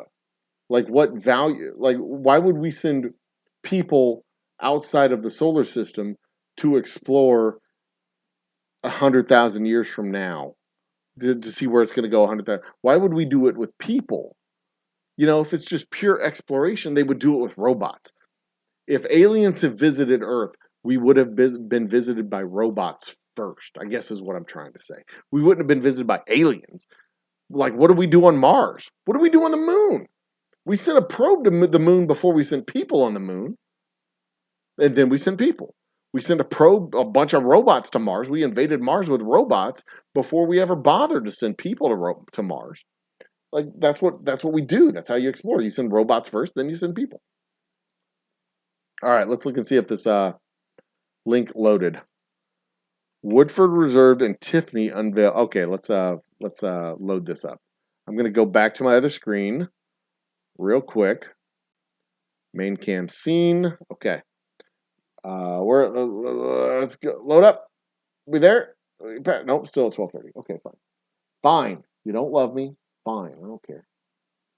Where is my website link? Graphics for show. Wheel of Doom. This is the one. Woodford Reserve and Tiffany. The world's most expensive. All right, we're just gonna put this right here. Yeah, there we go. Put that up there. All right, let's scroll and see what we got. World's most expensive mint julep. Tiffany's. That is really small type. Bigger. Thank you. All right. The official bourbon of Kentucky Derby is offering the world's most exclusive and expensive mint julep in conjunction with Tiffany and Company. $2,000 a piece. Prestige julep cups to be auctioned off with a starting price of $2,000 a piece. That's insane. The sterling silver cups feature a design around the base in 24 karat gold. Vermeil, originally used by Tiffany and Company in a horse racing trophy created by the famed jeweler in 1876. Jesus Christ. Well, you see, that's where you get to keep the cups are at least auctionable and you get to keep them. The 103 traditional cups and 3 prestige presented at Kentucky Derby Day. The Woodford Reserve $1,000 mint julep cup experience enclosure. Yeah. Well, see, there you go. You get to keep the cup. And that's what's important. You're paying $1,000. You're not paying $1,000 for the julep. You're paying $1,000 for the cup. Which I suppose makes sense. Anyway, okay. Thank you for the link. Sunflowers. I appreciate that. If extraterrestrial intelligent life ever shows up here, they'll bring blue pizzas to trade for Humble's space whiskey satellite insertion. I will not eat blue pizza. I will not eat it here or there. I will not eat it anywhere. I will not eat it on a boat. I will not eat it with a goat. I will not eat it on a train. I will not eat it in the rain. I will not eat it here or there. I will not eat it anywhere. I do not like it. Don't you see? I do not like it. Let me be.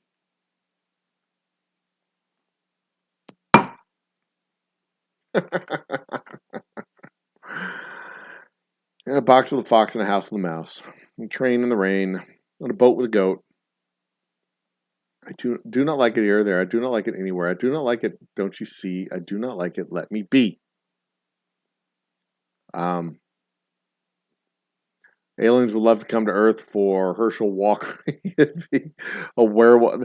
That werewolf and vampire diatribe he went on was just the most. I always wanted to be a vampire, but then I found out that werewolves could beat vampires. So I don't want to be vampire anymore. I want to be a werewolf.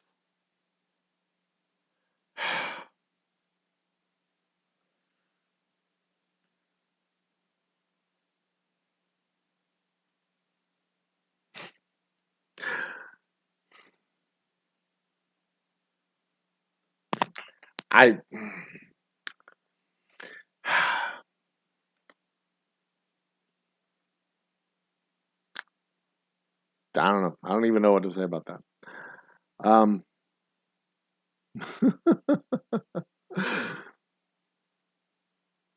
I hate someone telling me about how some smart guy was exploring or explaining that the government found spacecrafts from hundreds of years ago.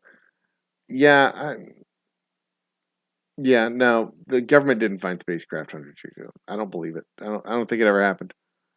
Uh, Technically, that isn't the Most High considered an alien creator not here. That's a safe bet, I think. Probably. Yeah, see, I don't know. Would God be considered an alien? Huh, that's a good question. That's a weed question. That's a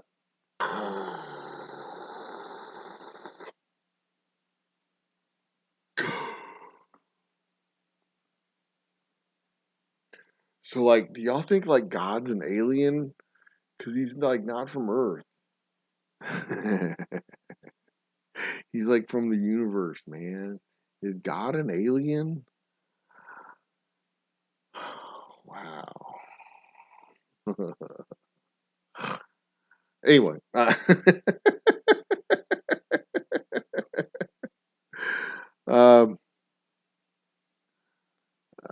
1/4. Stop driving with sports suspension. um, Never get Altimex GTs. Ended up going through 4 at a time. Yeah, I mean, when you got to replace all 4 at a time, that's killer. I'm telling you, it was kind of, every time I did a bump, $400. Sunflower, get that taken care of. You've got low pressure on one of your tires. God damn. It's not gonna the light's not gonna turn off by itself. Go get that taken care of. It's free at Discount Tire. Just go get it taken care of. Jeez. Ah, you need a cheat sheet. I've got like 4 conversations going in my brain. Sorry. I wonder if I have ADHD. I wonder if I've got like some low grade ADHD going where I can like carry on like 4 conscious streams of conversation at the same time, and I keep switching back and forth between them. I wonder. I need to get another piece of ice. I've gone through my ice. Um, Baseball drinking game, you can do it. Now, see, a baseball drinking game you can do at home. You can do it. It's hard to play mound ball at home. It's really hard because they don't always show where the ball ends up at the end. They don't always show where the ball. I talk with my hands. They don't always show where the ball ends at the end of the inning. You don't always get to see it at the end of every inning. But there's other variations you can do. You can do K-ball, you can do ground ball, you can do fly ball. You know, if the inning ends with a ground ball, everybody drinks, and you know, if the but it's easier to do it at home because the person who has the frame isn't buying the beers, right? But you could always do it where the person who has the frame has to finish his beer and start a fresh beer. Um, but I never really enjoyed the drinking games where the whole point was to get drunk. Uh, you know, it's like I don't like getting beyond my faculties when it comes to drinking. I like to a low grade buzz is fine. I like to moderate my drinking. I like to drink a lot over the course of a night, not all at once. You know, if I'm going to have 6 drinks, I'm going to do it in 6 hours. I'm not going to do it in 3, usually. Um, so like the beer games where it was, you know, just like uh uh what was it, beer pong and stuff like that, where you're just like trying to get people to pound beers. That was never really my kind of game. But you could do like a frame ball, so to speak, where one person has the frame and everybody else drinks. Right, like you're the leader of the frame, right? Okay, this is your at-home drinking game. You have 17 innings, 17 halves of the inning, because the last inning you may not actually play. The bottom of the ninth may not actually be done. So you rotate who's the inning master. So you have 4 or 5 people. Every person gets a frame, and then it rotates back to the first. So 1, 2, 3, 4, 5. Then it goes back to number 1, 2, 3, 4, 5. So top of the first, bottom of the first, top of the second, bottom of the second, top of the third, and then 1 is now the bottom of the third, and it goes that way. That's how you that's how you set it up, right? So if you are top of the first, you declare how the inning is going to end. Okay, you say I declare strikeout. So that you say the top of the first is going to end in a strikeout. And if the top of the first ends in a strikeout, everybody else drinks. If the top of the first ends in anything other than a strikeout, you have to drink your entire beer and get a fresh one. And you can do it with whiskey, you can do it with beer, you can do it with whatever you want. You're at home, you can get fucking blotto and do it with whiskey. You can do it with vodka, you can do everything. Who cares? Bottom of the second comes up. Player number 2 steps up to the plate. Player number 2 says it's going to be a fly ball. If you want to be real specific about it, you can say fly ball to right field. You do fly ball into right field, everybody has to drink twice. It doubles it. You say swinging strikeout. If you want to be specific, strikeout. You want to double it, say swinging strikeout, looking strikeout. So there you go. There's your game. There's your baseball drinking game. Ready for next season. Your baseball drinking game, frame ball. The number of players, the player, the master, the batter for the inning declares how the inning is going to end. You declare how it ends. You can add the modifier, the double up modifier. The game ends or the inning ends on a ground ball. You want to double it, ground ball to second base. Inning ends on a fly ball to right field. Inning ends on a strikeout looking. Boom. There you go. There you go. That is the home version of mound ball. I've invented a game. This is fantastic. This is fucking awesome. This is fantastic. Yeah, I've got that. We got this. I'm gonna. Well, I've got it recorded. We're good. I don't need to write it down. Famous last words. I don't need to write it down. Where's my notebook? Hold on. I don't need to write it down. I'll fucking remember it. I'll remember what I did at 12 o'clock at night. I'm fucking smart. Frame ball. I'll write down frame ball. Home. Baseball. Drinking. Game. Wash tape. All right. That's great. That's a great idea. I'm so smart. I'm so smart. I am so smart. I'm gonna put that on my website. I'm gonna market it like crazy. This is gonna be fun. Okay. What's next? Gas station, air machine. What? Tire gauge, gas station, beer, and now I need. Yeah, that's the thing. I need to figure out how to convert that to a basketball game or a football game. Let's see. We could do with football. Like, how's this drive going to end? Because each play doesn't work so well.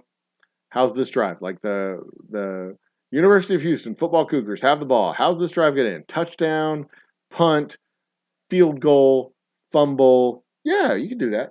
You can do the same thing with baseball. You can do the same thing with. It's hard to do with basketball because possessions swap back and forth so frequently. How would you do it with basketball?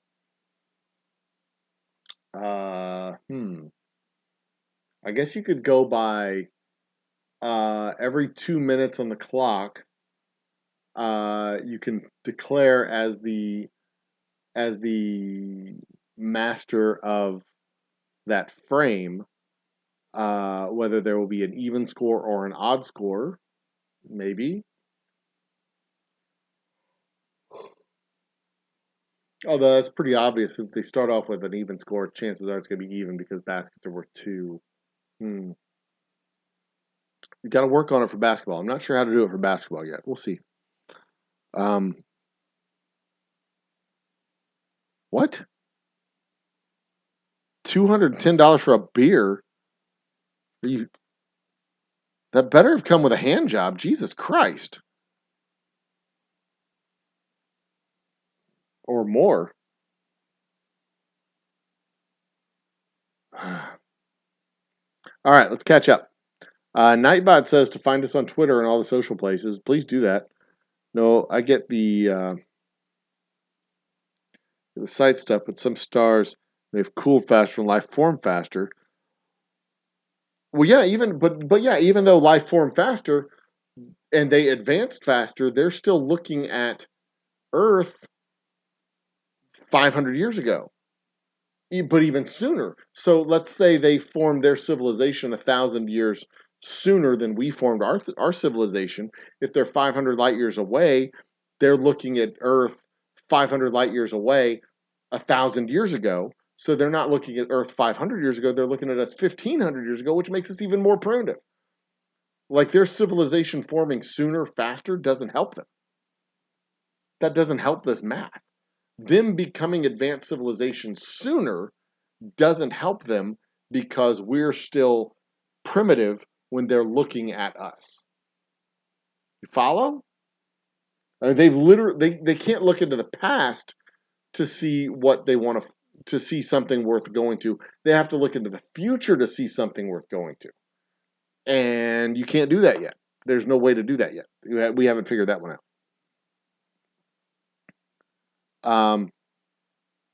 I don't think it makes any difference if humans are the only intelligent species. I think it makes a difference. The time and distance and vastness of space makes the difference. The universe could be teeming with intelligent species that are capable of interplanetary and possibly interstellar travel, but they still can't see us because we're not there yet. We don't exist in their telescopes. They can't see us.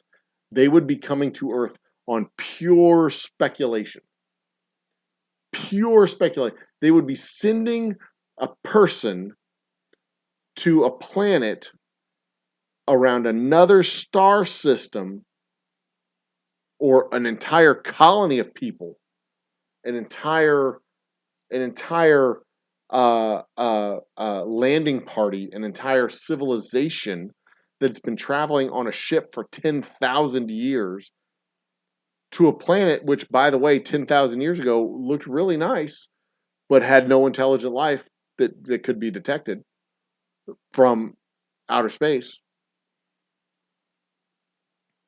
And 10,000 years before that, let's say 100 years before that, whatever, still didn't look vastly different. It was still like very primitive. They would be sending people on a just vast, tremendous resources on a colonization ship with a civilization scale ship to a planet that may not exist when they get here. I mean, that's a big speculation. That's a big risk. That's a big question mark. I mean, it just doesn't make any sense. It's not logical. If you think about it as the sending civil, like think about it as us. If we saw a planet around Alpha Centauri, only 4 light years away, right? But we saw a planet around Alpha Centauri, and we said, well, let's send. It would take us 25,000 years to send a ship to Alpha Centauri. And so 25,000 years, it would have to be a civilization scale arc to send people there. To even just deliver like the point of a spear of 15 scientists. Like you'd have to have the whole support network of people behind the scientists and several generations of people surviving in space to do it. That's a tremendous outlay of resources. Huge outlay of resources. Unless they figure it out faster than light travel. But according to our math, we can't do faster than light travel because you have to actually not have any mass. I mean, that's not to say you can't figure out faster than light. We haven't figured it out yet, and it seems mathematically not likely. I just don't see it. I don't see the logic yet. It's like ants in France and ants in Australia. They both exist, but they don't know each other exists. And they're sure that like maybe there's got to be other ants. The Earth is big and we're a bunch. There's got to be ants all over the world, right? Well, they'll never know. Ants in France will never, ever, ever hear an Australian accent on an ant. Because those ants they'll never see each other. Yeah. It's profoundly lonely in space. Profoundly lonely.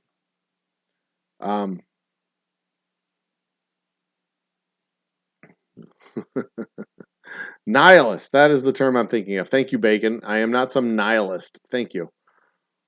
Nietzsche, the nihilism. Yeah, that's the one I was looking for. I'm not some nihilist. I don't think everything's just going to go to shit.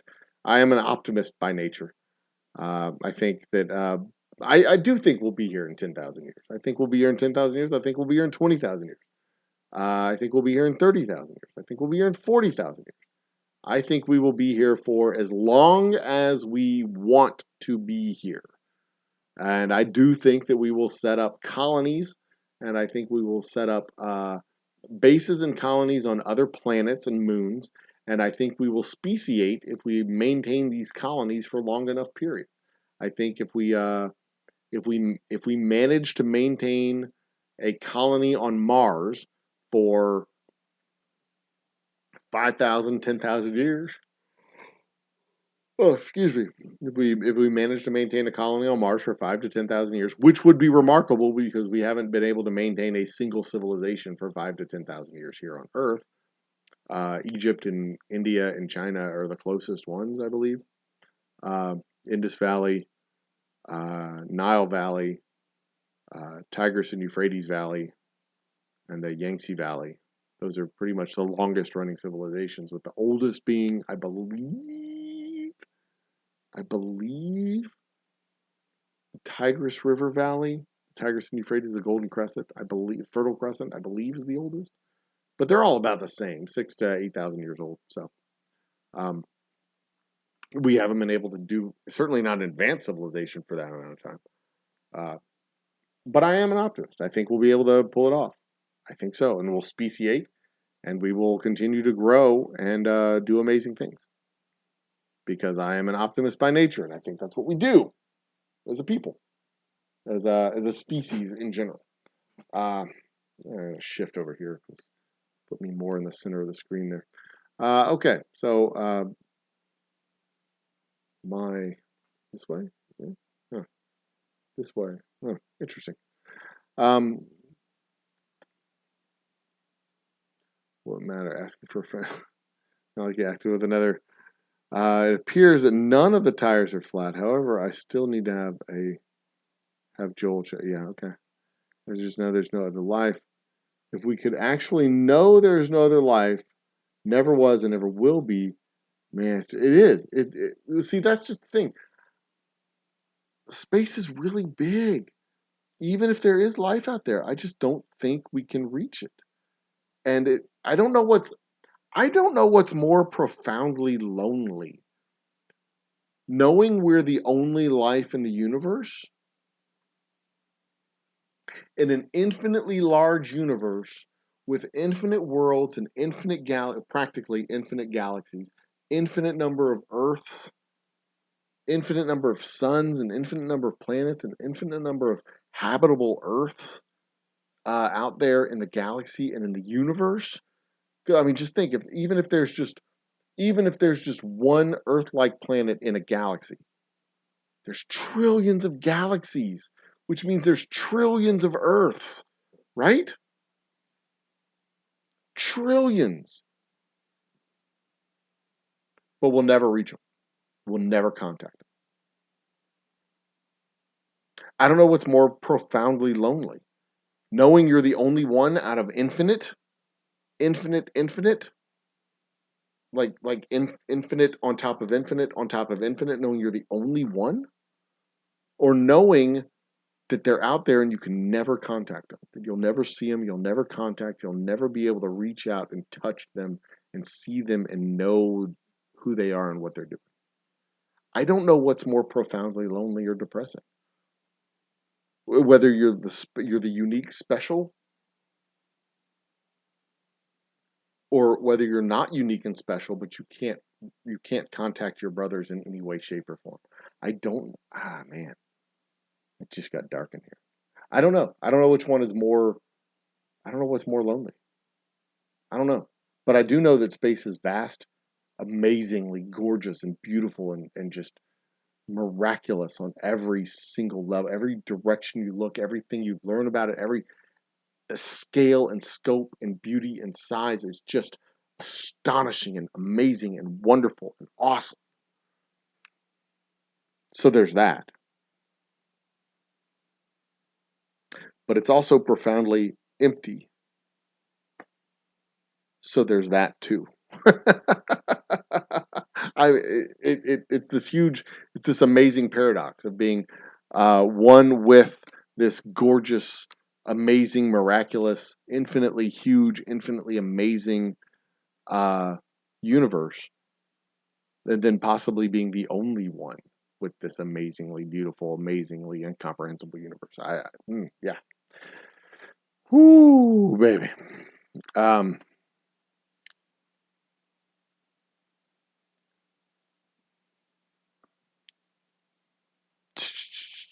All right, let's go. Uh, believe nothing, trust no one, question everything. Shindy one, Shinobi one. Oh yeah. um, unless they're observing us within a few light years, wouldn't they account for space-time distance from whatever system they're? Um, well, yeah, but that's what I mean. Uh, well, one, there's nobody within just a few light years. But two, um, you can't account for that. I mean, if you're looking at Earth 100 years ago, Earth in 1907 is not broadcasting radio waves into the cosmos. Earth in 1907 is a very quiet little dot. It's not particularly advanced. In 1907, we can't even fly as a people, right? Even if you're looking at us 100 years ago, you're contemporary with us right now, 100 light years away, and you're looking at us 100 years ago. We're not particularly advanced. We can't fly. We have hot air balloons. We have lighter than air, rigid airships and lighter than airships, but we can't fly. We can't fly. We certainly don't have rocket ships. We don't have. We have radios for communication, but those radio waves have not gone far from the planet at that point because it's still a relatively new technology. So even if they're relatively close, within 100 light years, they're looking at a particularly primitive planet. Why would they come? And even if they were traveling 100 light years, it would take 10,000 years to come here. Why? I mean, you see this. Let's say you can actually visually see Earth, like visually image it, like we're able to do now with some these fucking cool planets in the exoplanet world. If you can visually see what's going on here, they have that kind of resolution in their telescopes, and they're like, "Oh wow, look, they're building skyscrapers. This is a planet that is where we were 5,000 years ago. Let's go check them out." It would still take them 10,000 years to get here, and they would be coming with a whole ship, because you got to have 3 generations or five, what 10,000 years, several generations of people, or you've got them in some kind of cryo chamber, whatever. You're still talking hundreds of people at least. They're not coming with two. They're not coming with two people. They're coming with hundreds of people, because you got to make sure you get here, right? If you have a 40% attrition rate from death in your cryo chamber, you got to come with at least, you know, at least 100. So make sure you have enough people to maintain the ship and turn around and go back. Um, maybe it's a 20% attrition rate, 10% attrition rate. You still got to make sure you have enough people. So maybe not 100, but maybe they have 50. They're not coming with two people on with some anal probes. Yeah, it's just I don't it doesn't make any sense. It doesn't make any sense at all. Um, yeah, and unless they knew of our existence already, they're just wandering around exploring. And if they're just wandering around exploring, then they're sending robots. Blue waffles will not be that is. Do not Google that. Do not, for the sake of all that's holy, do not Google that. Jesus Christ. Um. Uh, uh.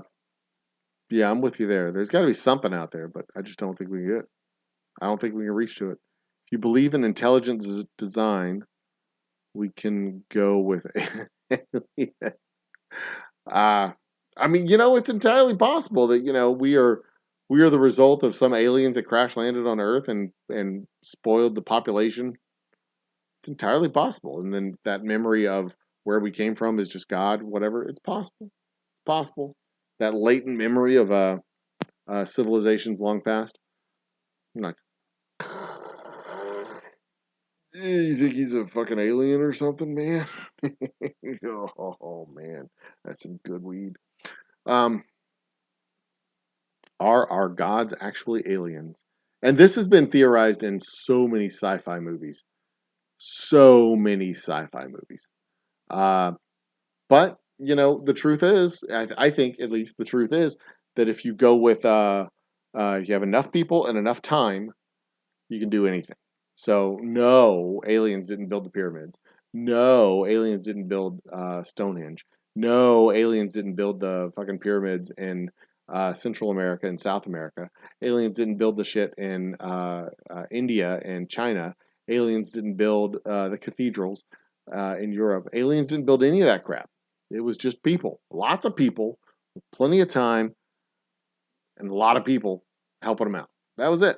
That was it. Um, we're the aliens here, yeah.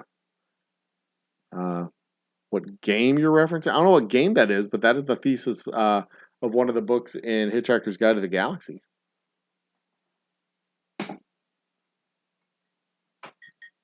By one Mr. Douglas Adams.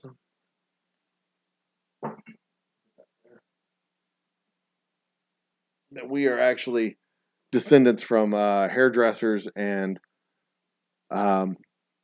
hairdressers and meter maids and telephone repairmen from some other civilization that was sent to Earth to get them off their planet.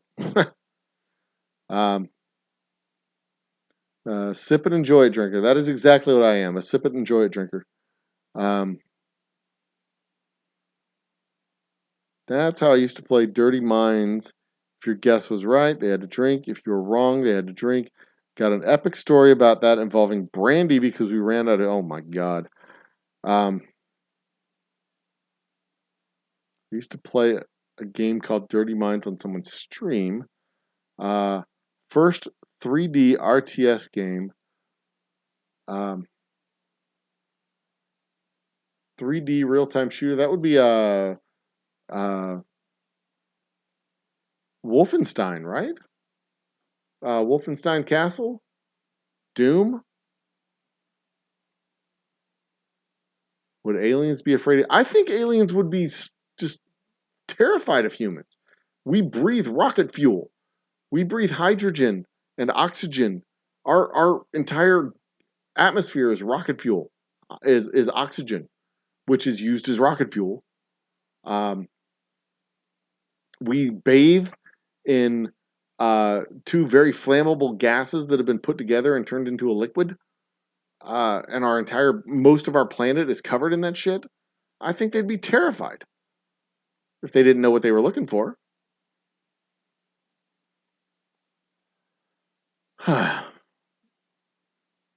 That just because a galaxy is older than ours doesn't mean life didn't start much. Oh yeah, I get that. But their life starting sooner doesn't change the timeline of ours. It changes theirs. They're more advanced, so they can see more.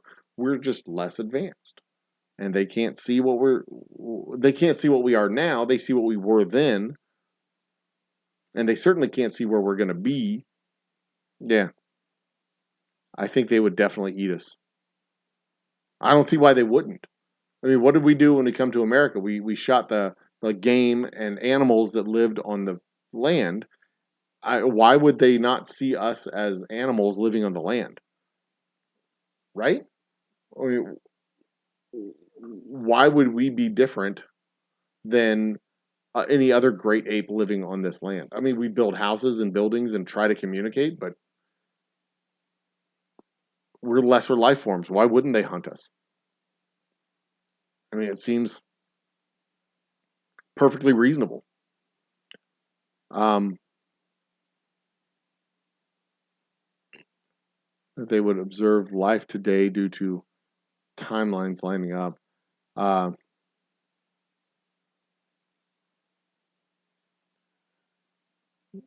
Alpha Centauri is a triple star system. Right, it is a triple star system, the closest triple star system as well. Constellation Centaurus. This is the 3 stars. Da da da. Old Humble Chat salute. Ooh, oh, yeah. Oh, yep, there you go. Peace out, Ronan. It was good to see you. Glad you joined us. Thank you so much, sir. Yep, Whiskey Cannonball Run to Alabama is en route. The box is packed, and it will be in the mail tomorrow or the next day. Today or the next day, I guess, since it's officially tomorrow now.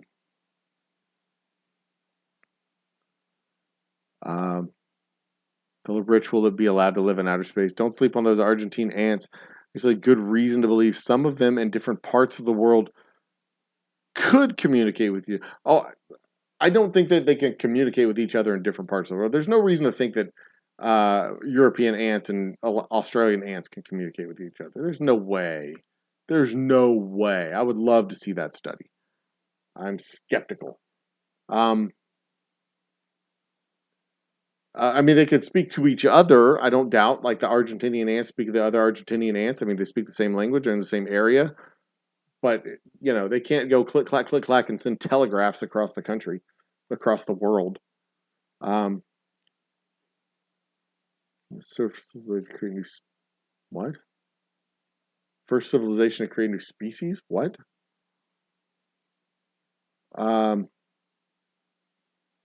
Okay. Speciation, I guess, of farm animals or something, I suppose. That makes sense. I get that. That sounds reasonable, I assume. Where are we at? 12:20?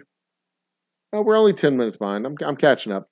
The game is an almost guaranteed way to ensure fun shenanigans will sure unless your brandy gets involved. Yep.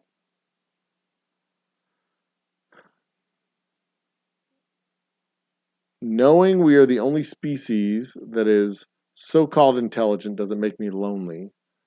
I mean, how many more Herschel markers do we want to discover? That's a great point. We could play it on a Sunday stream, Sunflowers. I could open up my Sunday stream and be game master for a game of Dirty Minds. That'd be fun. 52-week T-bill 4.7. Recall 2.5% of money market check accounts. Hey, when I was in high school, middle school, mortgage accounts and savings mortgage rates were the low teens.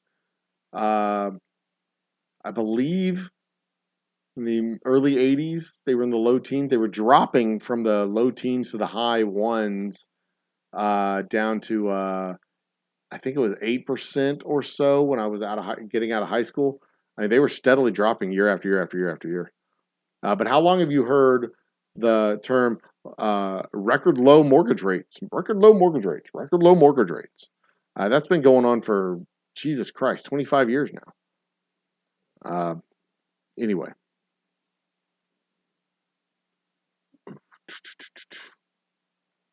What's the point of life anyway? That is a great question. If you believe the religious traditions, the point of life is to glorify God.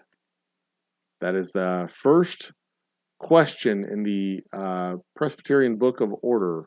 I think Book of Order? One of those books. Confessions, the Presbyterian Book of Confessions. First confession. What is the purpose of man? Purpose of man is to glorify God. There you go. The point of life, that is a good question. Talk amongst yourselves for just a minute. I got to go, you know what? Give me 1 second. I got to do this thing.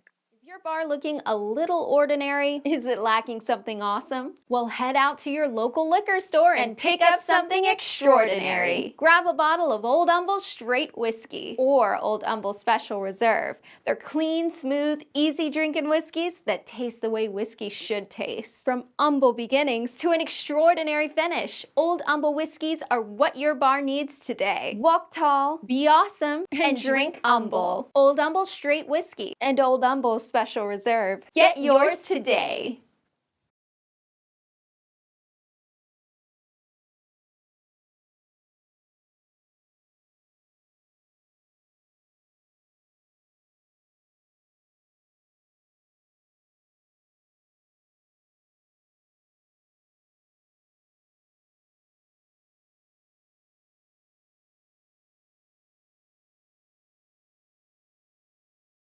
I know. I'm bad host. Bad host. Shame on me.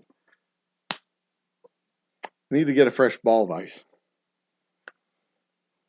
And unfortunately, because my lovely wife is going to sleep, I couldn't just whistle for a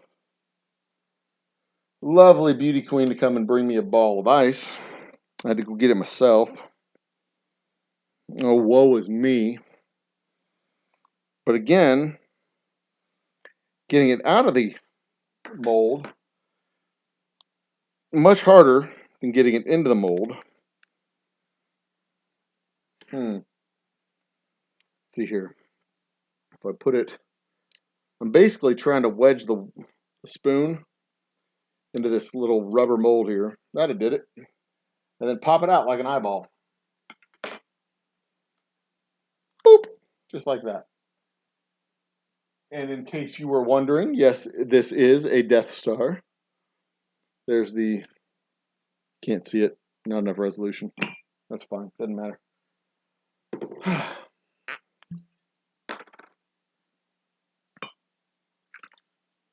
I'm just going to have some whiskey now. The old fashioned can just wait. All right, so back to chat. Oops. Back to chat. Move things around, have a little bit of water.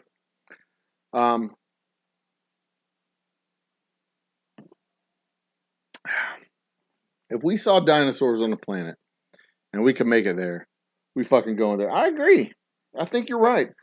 I think we would send robots there to check it out. But I do not think that, I mean, when we say dinosaurs ruled the planet, that's kind of a misnomer. They had a very bad administrative structure. They did not rule the planet. They existed. They were the dominant life form on the planet, but they did not rule the planet. The planet ruled them. They existed on this planet. We, to a large extent today, rule the planet. We control our environment largely. We make hot climates comfortable to live in. We make cold climates comfortable to live in. Right, safety doc? We make high altitude climates comfortable to live in. We make low altitude climates comfortable to live in. We make underwater climates comfortable to live in. We do all this stuff. We control largely our own environment. We weather storms that are massive scale, greater than human scale. We rule the world. We change our environment. We are we are capable of long-term modifications to the environment around us. Whether it's through agriculture, whether it's through climate pollution, waterway redirection, damming, undamming. I mean, we do all kinds of stuff to our environment around us and make permanent changes and sometimes temporary changes. We're talking about doing the same thing with Mars, of terraforming a whole fucking planet. It's unrealistic to terraform Mars when we can't intentionally terraform Earth, but you know, we can figure all that stuff out over time. But the dinosaurs didn't rule the Earth. They were the dominant life form on the planet for a very long time. But there you go. Humans are supposed to procreate, but what about aliens? I assume we'd be able to procreate with aliens too, but you better be careful when you put out your hand to shake what they put back in your hand. You know what I mean? If you go up to an alien and you're like, "Hi, how are you doing?" That might be construed by them as a sexual advance. They might put their penis out too, and you can like they think they're putting their penis in your penis, and you're just like shaking penises with each other. You don't know what the aliens do. You have no idea. What I'm saying is they would account for the space-time distance if they're smart enough to look for us. I mean, you're talking about it now. We haven't figured out fashion light travel yet. Yeah, exactly. I don't think that's possible, but You know, that's a theory, that's a theoretical type of thing that, yeah, you can agree to. I mean, you know, maybe they have. Maybe they figured out a way to look into the future. Or maybe they figured out a way to see present conditions and extrapolate what future conditions might be. Maybe. But I can tell you, just by looking at history as it was written, it would be very different today if just a handful of, like the topic I was talking about earlier with Ethel and Julian Rosenberg. If they hadn't passed the secrets on to the Soviets wouldn't have had the nuclear bomb as quickly as they did. How would that have changed the future as it was written? Well, if the Soviets didn't have a nuclear bomb, would that have made us hesitant to drop a bomb on China during the Korean War? Would it have? If without the Soviets having a nuclear weapon, would we have been as hesitant to go all out in Vietnam? Uh, you know, if the Soviets didn't have nuclear technology, would we have nuked China? If we had nuked China, would Vietnam have even been a thing? Good question to ask. So if you're an alien civilization looking at Earth in uh, uh, looking at Earth in 1945 at the tail end of World War II and extrapolating out what Earth is going to look like 100 years later or 1,000 years later, how do you take into account the possibility that Ethel and Julian Rosenberg do or do not exist? Because that distinctly changes future paths. They be off significantly. Um, how do you take into account? Uh, I mean, so many different major world events. You know, I mean, maybe at some point in the distant future, we do invent time travel and somebody goes back and kills baby Hitler. Then what? World War II never happens, and then you know it fucks up the whole space time continuum. What do we do? How does that work? I don't know. I don't know, but I do know I have a good wish, and that really is all that's important when it comes down to the grand scheme of things. Um, really is all that's important. Um, knock off a couple. What the WTF did you just say? What? I have not just that, but a knock. Oh! I got you. Of Cards Against Humanity. Yeah, I got you. Cards Against Humanity is kind of a tradition in our household now. We go over and play. We go over to my mom's house and play Cards Against Humanity for hours after Christmas and Thanksgiving dinners. Uh, it is our teenage boys love it because they get a chance to say vagina and boobies and semen and uh, Richard penis fingers and all kinds of other things. It's just silly. I don't want to look that up.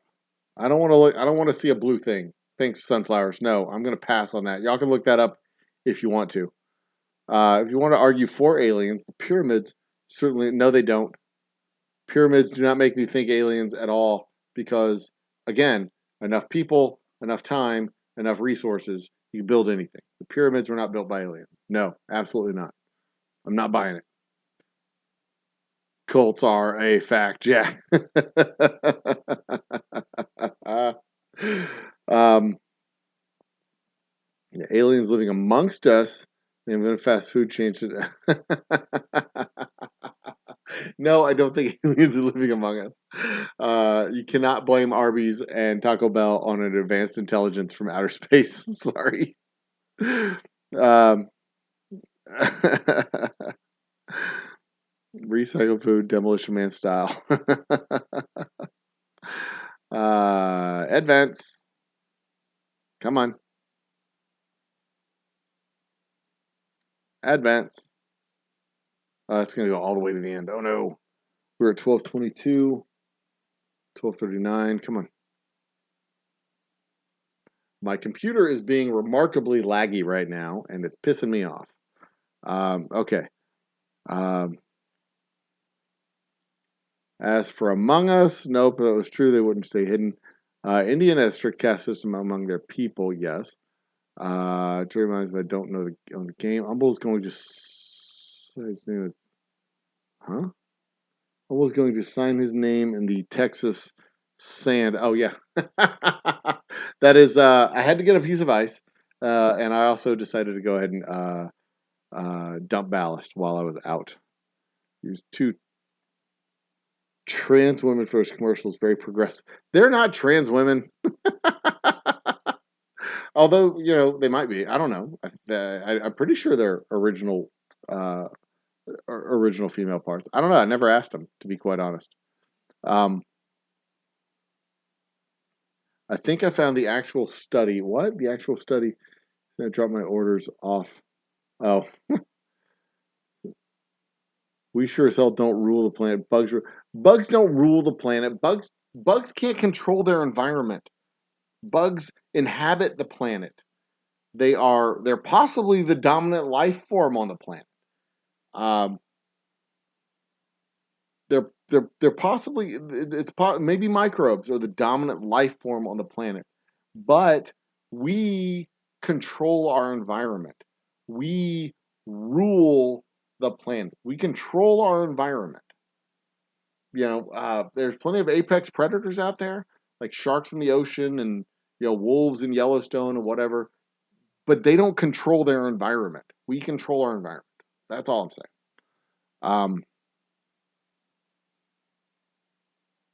You literally just said incest completely dominates the world.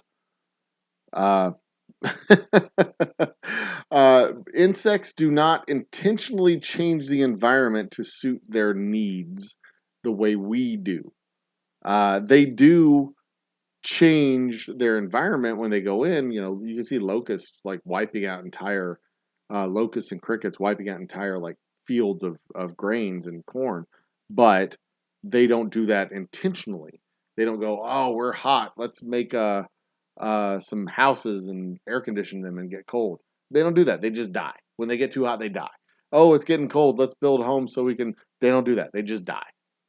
We control our environment. Oh, it's too hot, let's uh, poison the atmosphere so that they have nuclear winters and stuff. No. um, um, I think I saw a stat recently or heard a stat recently that it's bacteria that have the largest biomass on the planet, and insects are second or third. Um, but it might be insects that have ants. Ants have a tremendous biomass, but um, you rocket. That's just silly.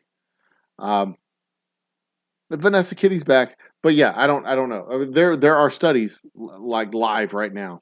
Um, hey Siri, what creatures have the largest biomass on Earth? Hey Siri, what creatures have the largest biomass on Earth? Here's an answer from seed.edu. Insects also probably have the largest It biomass. might be insects. I thought it was microbes and stuff, but insects are heavier, so there's just so many more microbes. Plants make up the overwhelming majority of biomass. There's 320,000 species. Visualizing the total biomass of every animal on our Earth. Fine, except the fucking cookies. Biomass of animals. Let's see here. Arthropods, marine, is the largest. Fish.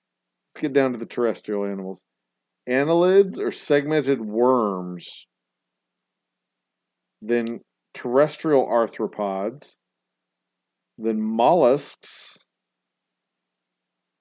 Cnidarians, Cnidarians, are aquatic invertebrates. Then come livestock. Where are the fucking insects at? Nematodes, humans, wild mammals. Okay, so where are the fucking insects? Biomass of animals. arthropods, annelids, segmented worms, terrestrial arthropods like centipede spiders, butterflies, scorpions, flies, etc. So are insects arthropods? Hey Siri, is an insect an arthropod? Here's an answer from Wikipedia. They are the largest group within the arthropod phylum. Okay, so Insects have a chitinous exoskeleton. stop it. Insects are arthropods. That they're part of the arthropod phylum. Okay, that makes sense. So there you go. Microbes did not make the list. They did not consider microbes. So there you go. Insects do dominate the biomass of the world as far as terrestrial creatures go. Although annelids were ahead of insects, so the worms and segmented worms and stuff like that were ahead of insects. How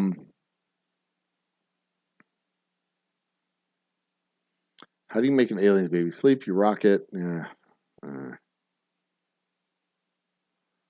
All right, let's catch up. Why aliens not popular friends? Because he was not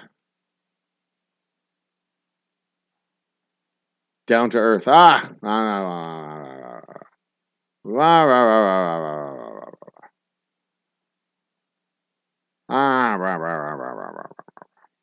funny.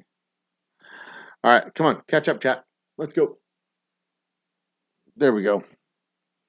Where does an alien send her babies get brighter? To the sun. Bad argument. Climate change. Not a bad argument against the climate change narrative. Climate change is not a narrative, Bacon. Nice try, though. The pyramids make you think aliens because multiple civilizations that we don't believe were connected and all built them at the same time. Yeah, but also the shape of a pyramid is a very effective way to just stack a bunch of rocks.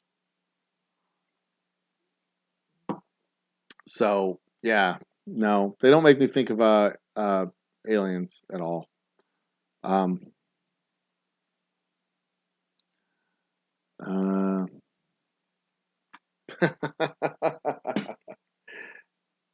can always count on my guys in chat to be reasonable individuals most of the time. Don't forget to subscribe, by the way. If you're just visiting, stopping by, don't forget to hit that subscribe button. I do appreciate the support. And we will do something. I don't know. Tomorrow's the 100th episode of our happy hours. We've been doing Wednesday, Thursday nights for a long time now. And Thursday night is our trivia. We've been doing trivia for several months. I think I might do a cash prize for trivia tomorrow night. Maybe do a cash buy-in. Like everybody throws in $1, I match it, and the winner gets the pot. Maybe we'll do that. Maybe. We'll see. Big hair, good jawline. The narrative, not climate change itself. If bees die, what happens to plants? You ever see an ant colony, earthworms? They're just thinking about the change, but they change it. Yeah, no, but see, that's the thing. In order to rule the world, so to speak, you need to look at your environment around you and say, you know what? I want to XYZ, and you do XYZ. We intentionally and unintentionally do things to change our environment to make it suitable to our existence. We farm the land. We modify crops. We modify animals. We domesticate animals. We move them from point A to point B. And there's ants that have like pet aphids and stuff like that. But that's not the same as domesticating chickens and ducks and cows and horses and it's not the same. It's not the same. It's not equivalent. It's not even remotely comparable to what we've done over the course of the last 6,000, 7,000 years of civilization and literally growing into I wouldn't say we're the dominant life form on the planet because we're not, but we do rule the planet as a species, in that we can bend the planet's environment to our whim, both intentionally and unintentionally. We can do it both beneficially and um, uh, uh, to our own great harm. We can do both. We do both, and we've done both several times over. We've created lakes, we've drained lakes, we've ruined lakes, we've taken the tops off of mountains to extract minerals. We have done. We have lit fire to the earth underneath cities. We've done a lot of stuff, and we're capable of doing things that bees and ants and whatever and shit they're not capable of doing. They're just not capable of doing it. And and as a perfect example, uh, in a battle of species between us and ants or us and bees, we could wipe out the bees faster than the bees could wipe out us. I mean, if the bees ceased to exist, we would have a serious pollination problem. We would have a serious farming problem, serious pollination problem. But it's a problem that we could overcome and solve. If we decided to poison every single fucking bee on the planet and kill them, that would not be a problem that they could solve. They would die. They would cease to be. They would die. We can make the bees' existence impossible. The bees can't do that to us. Not on purpose. They can do it by accident, but they can't do it on purpose. They are incapable of organizing a counter-human offensive. But we can absolutely organize a counter-bee offensive if we wanted to. We've done it before. We've eradicated species off the face of the earth. We can do that. We're humans. We can do that. That's what we do. Ugh. Also stopped making pyramids around the same time too. Yeah, they did. They stopped making pyramids around the same time. But that's not entirely true either, because we still make pyramids. We still stack rocks on top of other rocks. We still make pyramids. We still make monuments. We still do stuff like that. We don't do it on the same scale because it became silly. We built them in different ways. Uh, we still build pyramids. Even the people in North America, they built mounds. They didn't build pyramids. They built mounds. They didn't have rocks that went all the way up into a point, but they built mounds that were flat. They used the top part of that mound and built like little temple structures on top of that mound. But they built mounds that came up and flattened out. If they continued to build them, they would have been pyramids. That's it. But nobody's saying that the Mississippi Indians or the Illinois Indians or the Cherokee or Chippewa or any of the other Indians in North America had their mounds built by aliens, because their mounds were just dirt and grass and sod, and nobody said, oh, aliens must have built that. Well, people did that. They were like, oh, that's just dirt. People did that. But oh, if there's limestone, well, no, obviously aliens. It's not aliens. It's just a bunch of people with a bunch of time and a bunch of resources. And you have enough time, you have enough time, resources, and people, you can build anything. You can stack a bunch of rocks on top of each other. And that's how it works. Atlantic all the time. Agree to disagree on what ruling means. Yeah, that's fair. And that's a philosophical question. It is truly a philosophical question. I don't at all doubt that the dominant life forms on Earth are microbes and insects. The smaller you get, the more of them are there, and without them, we can't exist. Without question. Without bees and ants and probably mosquitoes and other shit, we don't exist. But and without us, they flourish just fine. They don't need us to exist. We need them to exist. They don't need us to exist. So does that mean we rule the world? I don't think that's a factor. Without us, armadillos exist just fine. Without armadillos, we probably exist a little bit less awesome, but we're still fucking awesome. But without microbes, we don't grow food, we don't digest food, we don't live, we cease to be. We cease to be. We lose like a third of our body weight and we die. But does that mean that microbes rule the world? No, I don't think so. They have no administrative capacity. Same thing with bugs. They have no administrative capacity to do things on Earth. They can run their little colony, but they don't have like trans colony senates and congresses where they come together and discuss important bug things and decide a course of action for the next 6 to 18 months, and gavel it to order and gavel it to uh, conclusion. Concluding the hearings today. All opposed, all in favor. They don't have little B congresses. They don't have little B conferences. They don't have little B congregational meetings. They don't do that. They have no administrative capacity. They have none whatsoever. So when it comes to ruling, I rule them out entirely. This is the closest. Just says they can coexist, not that they can communicate. Yeah.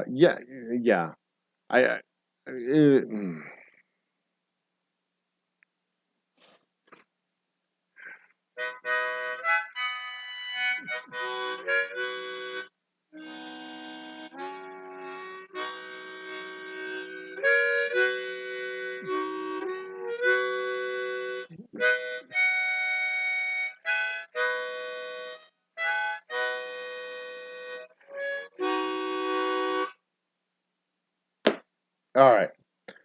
What are we talking about?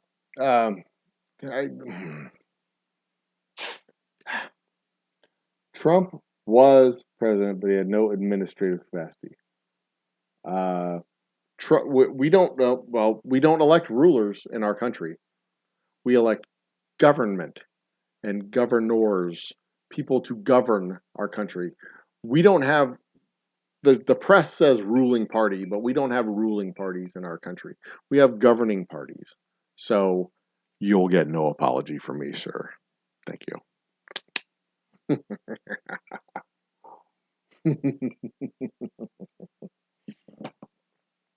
Nice try, though. Nice try. Nice try. It was a good effort. It was a good effort. Bravo.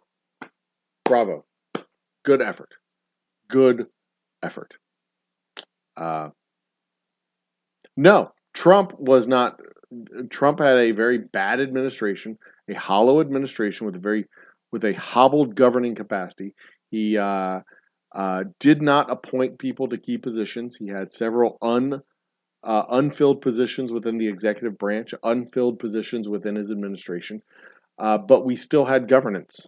We still had a Congress. We still had a court, Supreme Court. We still had a Senate. We still had a House. We still had a bureaucracy, even though he hobbled that bureaucracy and fired a lot of people out of a lot of departments, even though he hindered the ability for many of those departments to do their job, even though many of those departments didn't have department heads and had acting secretaries and acting whatevers for the various departments. He, as that administration attempted to do their work, they failed numerous times in numerous situations in numerous circumstances. However, we still had a governing body in our government, even if it was hobbled. So you will get no apology here, sir.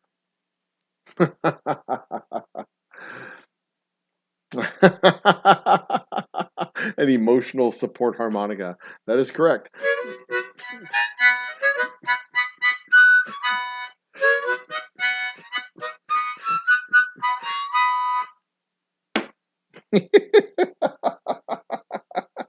I also have a guitar and a trumpet somewhere around here. Is my trumpet over here? Where's my trumpet? It's around here somewhere. Yeah, so there you go. Ant queens govern better. I don't know. Maybe. But see, that's a great philosophical question, though. The difference between governance and ruling. I talked about this with a dude who he was an analyst, an intelligence analyst for an oil company. So oil companies have, and I'm sure investment firms have this too. Uh, Intelligence analysts that analyze and not only have their own people on the ground to provide intelligence, their own like private intelligence networks, but they also analyze publicly available intelligence. And this dude's job was to collect publicly available intelligence as well as coordinate their own private intelligence networks on the ground that not just worked for private companies, but also worked in government institutions in other countries. Like they had fucking corporate spies. Like I shit you not. This dude's job was to coordinate their corporate spies. And you know, and sometimes it was just like friendly like relationships with colleagues and stuff in other companies, but sometimes it was like straight up fucking paying people to give them information, not necessarily trade secret information, but like just like information like you know to talk to him on a regular basis. Shit you not. Honest to God, this was his job to coordinate this information. And we sat there one night with a bottle of whiskey and we just talked about the different governing philosophies with different countries around the world. How you'd have some countries that were civic governance, some countries that were corporate governance. As a country, they would practice corporate governance. And the difference between civic governance and corporate governance was primarily civic governance as a government. Civic governance is you look at all of your citizens, all of your people, and you govern all of them. They all participate in the civic duties and civic life, and they all receive benefits, and they all all of them are considered equal, and they all participate equally in the operations of your country, right? So that was like the civic governance notion. And then there was the corporate governance notion where you had a small group of people who ran the government, right?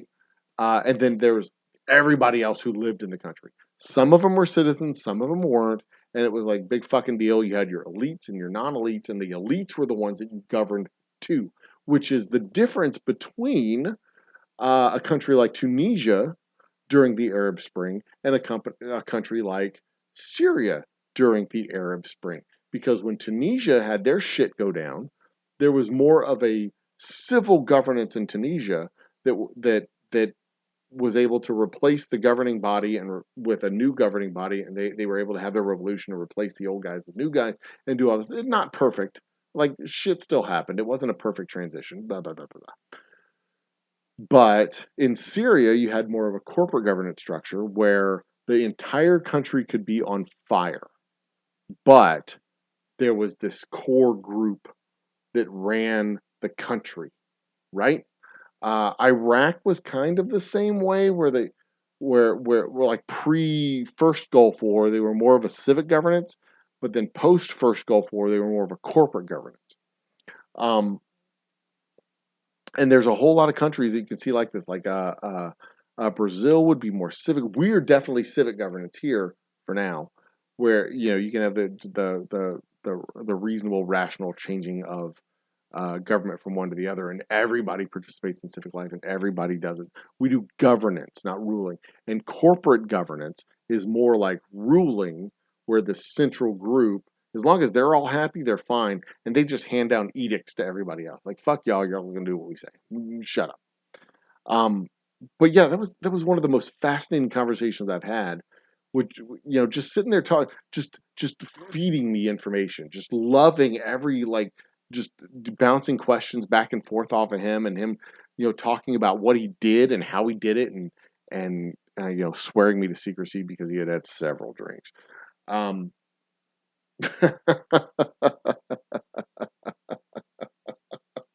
he had had several drinks, and it was really hard to tell the difference between bullshit that he was spouting and actual like information. But I gotta believe that he wasn't just making shit up. But he was a fascinating guy to talk to. I miss him. He moved off to Florida.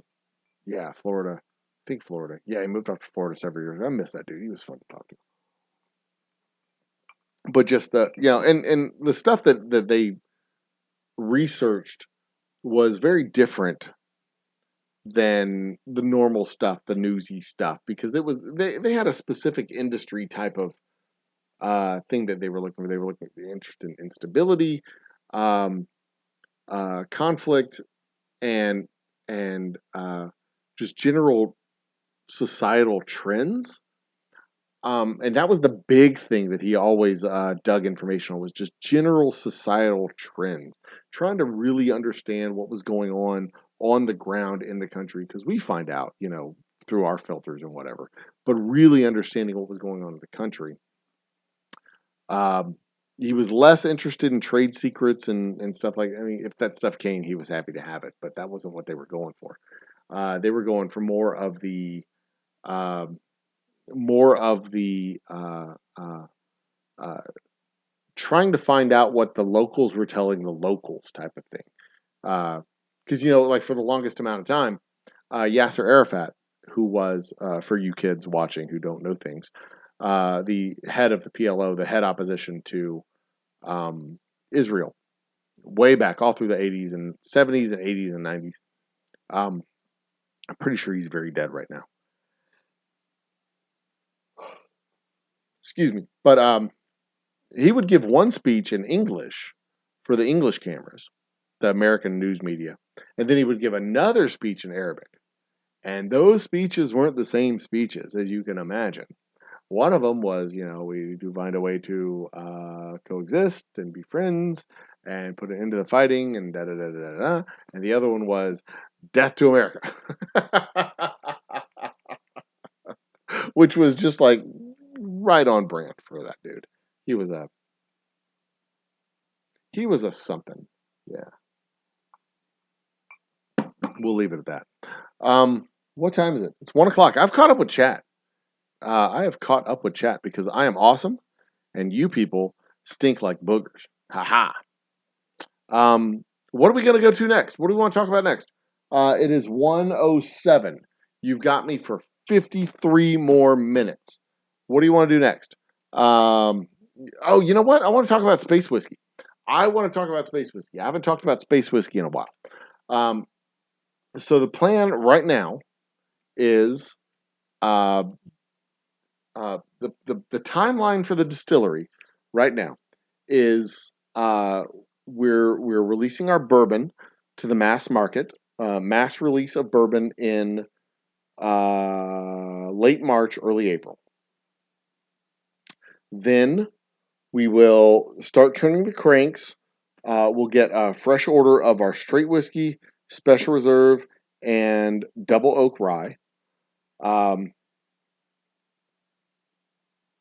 Teed up and ready to go out the door for the next batches. And then the next batch of bourbon should be 3 months later.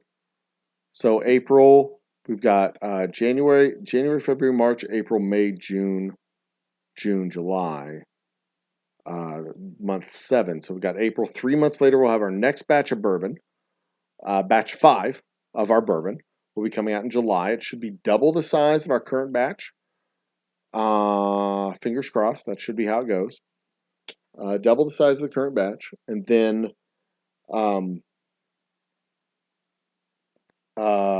rye and whiskey will be going out the door a few early in January, mid-February to get into stores.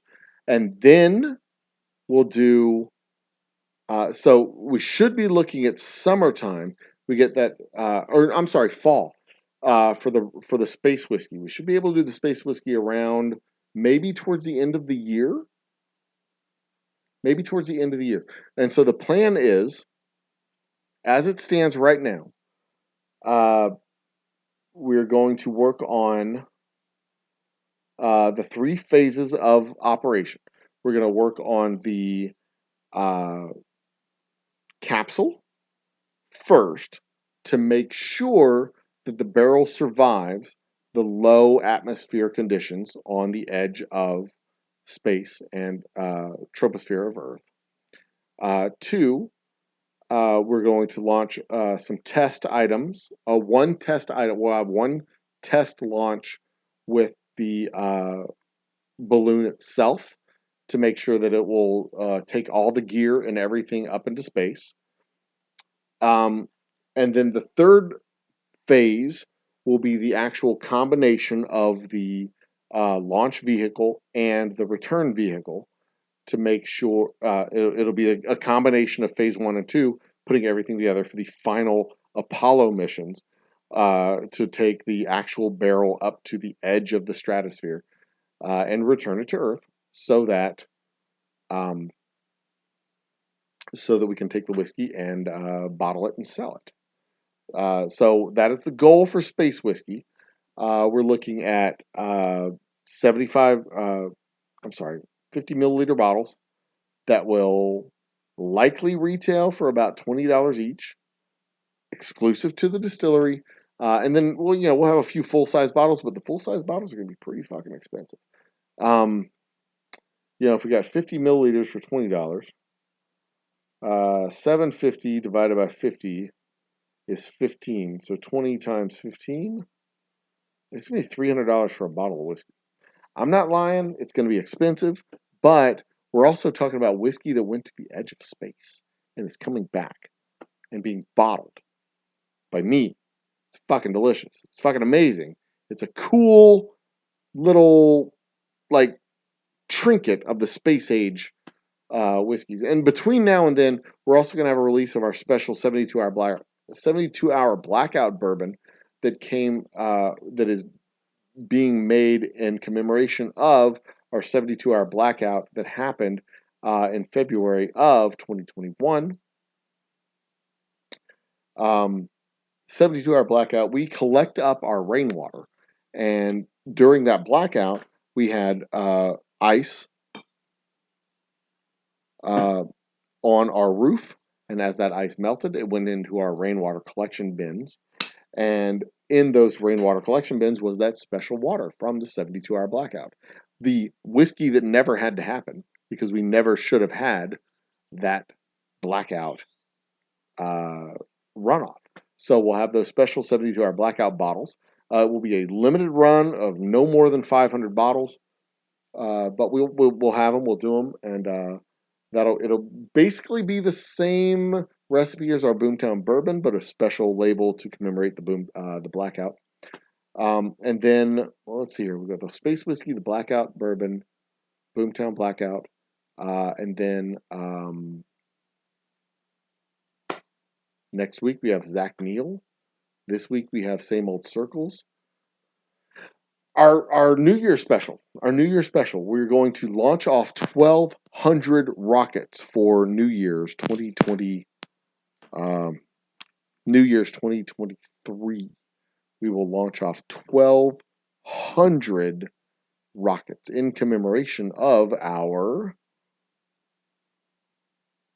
1,200 and where's the number? Right here. There it is. Where's it? There. 1,230. Is it 1,230? Still 1,230? 1,230. 1,230. I think it's 1,232 is the exact number.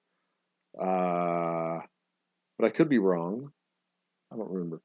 And that's part of Project 360. Are we there? Where are we at? 1,200. Let me get the exact number. Not that I'm obsessing over this. 1,233. We've added one. Awesome. Since the beginning of the show. That's cool. I like that. I like that a lot. And I do. I absolutely 100% appreciate the support. And that's also a reminder that I will be fighting a kangaroo. Fighting a kangaroo, old humble guy. You're an old fucking man. Fighting kangaroos is a young man sport. What makes you think you can fight a kangaroo? Well, I'll tell you what makes me think I can fight a kangaroo. Kangaroos are assholes. Kangaroos are assholes. They're lazy. They're dumb. They're stupid, and they're easy to beat up in a fight, especially if they're not expecting you to fight them. If you're unexpectedly wiry and strong and quick and snappy, you can just bounce, get right up in their face, and then bip, 2 left jabs, and boom, with a right hook into their jaw, and they go down like a sack of potatoes. And what's even cooler is the other kangaroos are looking around like, what just happened? Did Mikey just get knocked out? And they're like, holy shit, Mikey just got knocked the fuck out. And then they're such assholes. They look at their dude who just been knocked out by some old white guy. And they're like, oh, you suck, world star. And they're like, oh, they want to get their picture with me. They don't want to fuck with their dude. They want to get their picture with me. And then I end up being the king of the kangaroos. They give me the belt, interspecies transcontinental champion. I hold up the belt, and all the women want to be with me, and all the men want to be me. And it is awesome because my wife she doesn't have to be jealous because she's my girl. She comes right up to me and she says, oh, you're my hero. Oh, he was flirting with me. And I'm like, yeah, damn right, baby. He was not going to flirt with you anymore. He knows who's boss. What's up? And then I'll take that fucking fedora off his head. And I'll take his gold chain and I'll put his fedora. I'll take out my hat and I'll put on his fedora. And I'll wear his fedora and I'll put his chain around my neck. And I'll be all like, now I'm the king fucking kangaroo. And I'll take his bitches. Yeah, and all his little joeys will look like me. Yeah, what's up, kanga fucking roo? Also, almost all of the information I know about kangaroos is from Bugs Bunny cartoons. So there's that also. I'm pretty sure I'm pretty sure they're historically accurate. I have no reason to believe that Bugs Bunny ever lied to me. I have no reason to believe Bugs Bunny ever lied to me. So there will be updates of that coming in the next probably tomorrow. It will be the next update on that. So there you go. Mr. Jiggs is in the house. What's up, Mr. Jiggs? What? Also, my entire family is asleep, and I am making a tremendous amount of noise. Oh, we got bubbles. I wasn't watching my lava lamp. We got bubbles. Happy and safe holiday. Cheers. Thank you very much.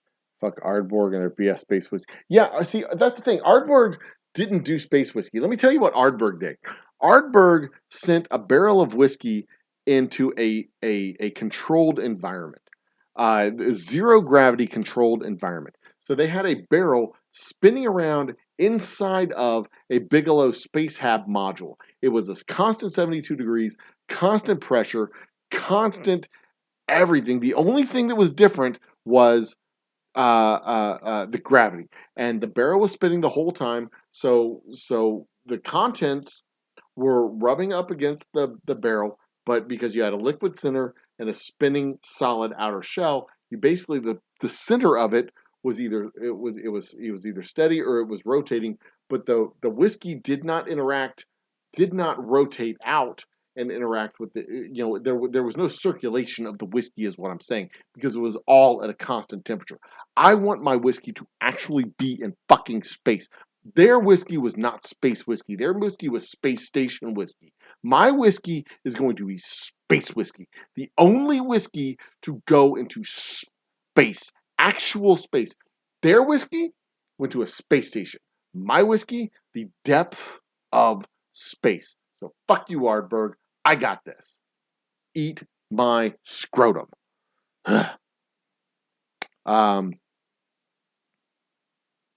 Get some hazmat going and launch us.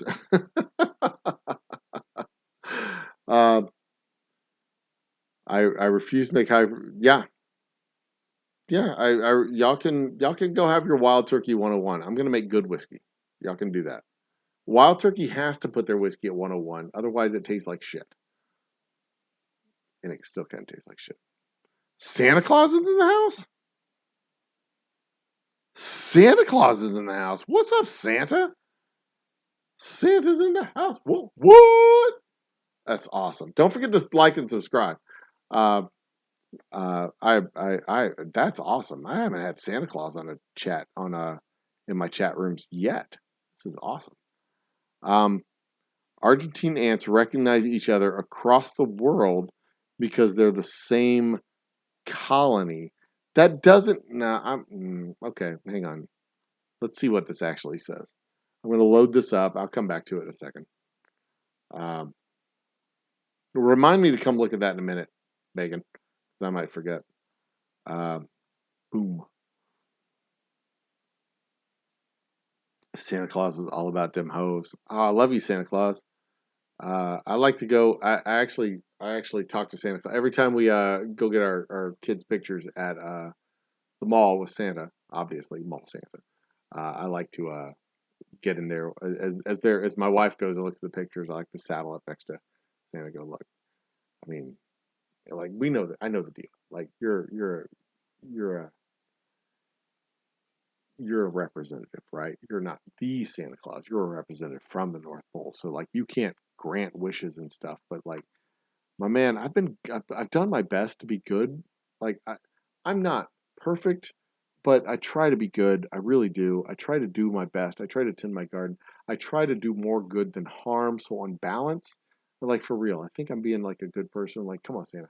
I just like I just want a little bit of snow for Christmas, you know, and I just want my kids to be like satisfied, and I really want my wife to be happy. Like my kids have their entire life to find happiness. I want them to be satisfied. I want them to be comfortable and satisfied. And then they can be in a position to find happiness. And like my wife, I want to give her happiness while I have her. Uh, and you know, I mean, I would love like if you could deliver a deed for like 50 acres of land somewhere in the area. That'd be awesome. I know that may be a lot to ask. I don't think elves can make that, but I'd appreciate it if that was possible. You know, remotely possible. And then invariably he looks at me and goes, "Dude, I am like 20 minutes from my lunch break. Can you just leave me the fuck alone?"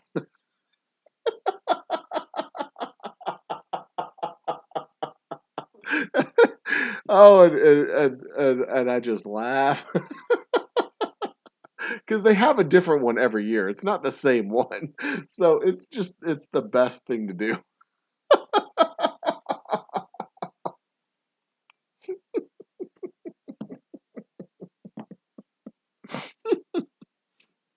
It is the best thing to do. Oh, Lord Almighty. The discomfort on his face as you progress through the depths. You start here and you just like keep going down. You get to like the 50 acres, and he's looking around for one of his fucking elves to kind of rescue him from this crazy person's like kneeling next to his chair. Oh, those guys have the worst jobs, but at least I give them a good chuckle. The least I can do is give them a chuckle. Ah, the trans champion. I'm no champion. I'm just an ally. I'm not even a good ally, to be honest, but I try. Um, this is gonna turn one TK, the American version of Kangaroo. Oh yeah, yeah. The American version of Kangaroo Jack. That's the other place I've gotten most of my information about kangaroos. Is Kangaroo Jack. Um, that movie. Um, where was I? Where was it? Turn in. I think that was supposed to be into.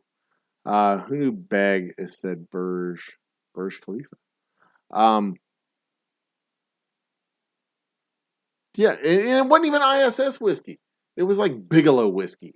Although Bigelow is their space hab, their that shit is fucking next level. Those are those inflatable space hab things that go out there and then, oh man, that is so cool.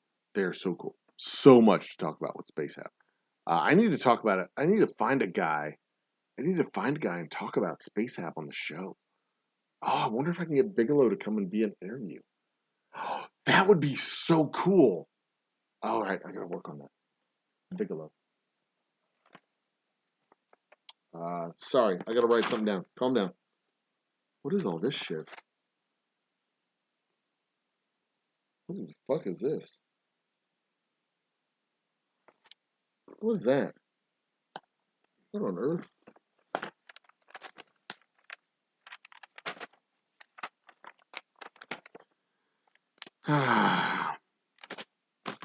Bigelow guest show. That's a great idea, Brita. Good job.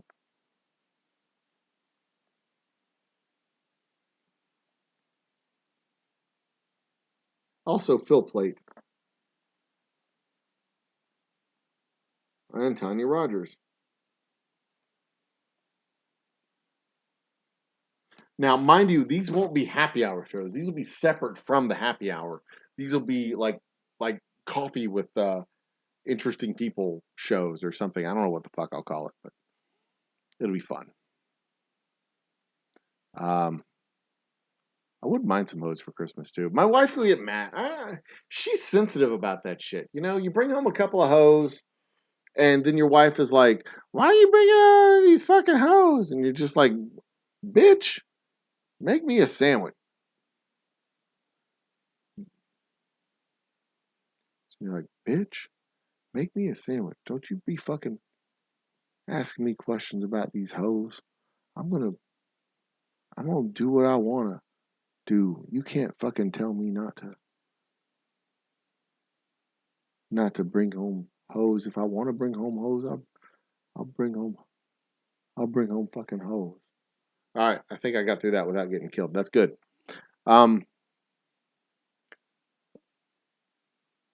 They're intercontinental, which is still yeah, I got you. So it's the same colony that's just broken up. They can't communicate from France to Argentina, but if you take a French one and drop them in Argentina, they're like, "Oh, hey, cousin, what's up?" I get that. Okay, that makes sense. That makes sense.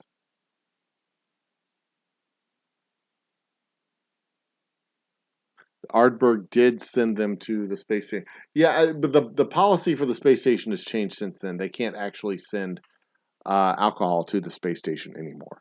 That is forbidden. Forbidden. So, Foregate 14-year-old foundation at 144. Yeah, that sounds intense. You know what else is intense? Camping. Hang on. Camping.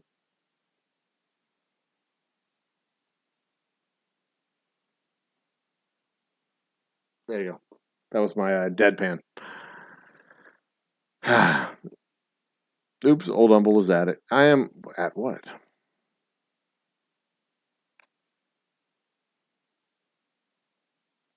Thanks, Mr. Jiggs. You have a great night too.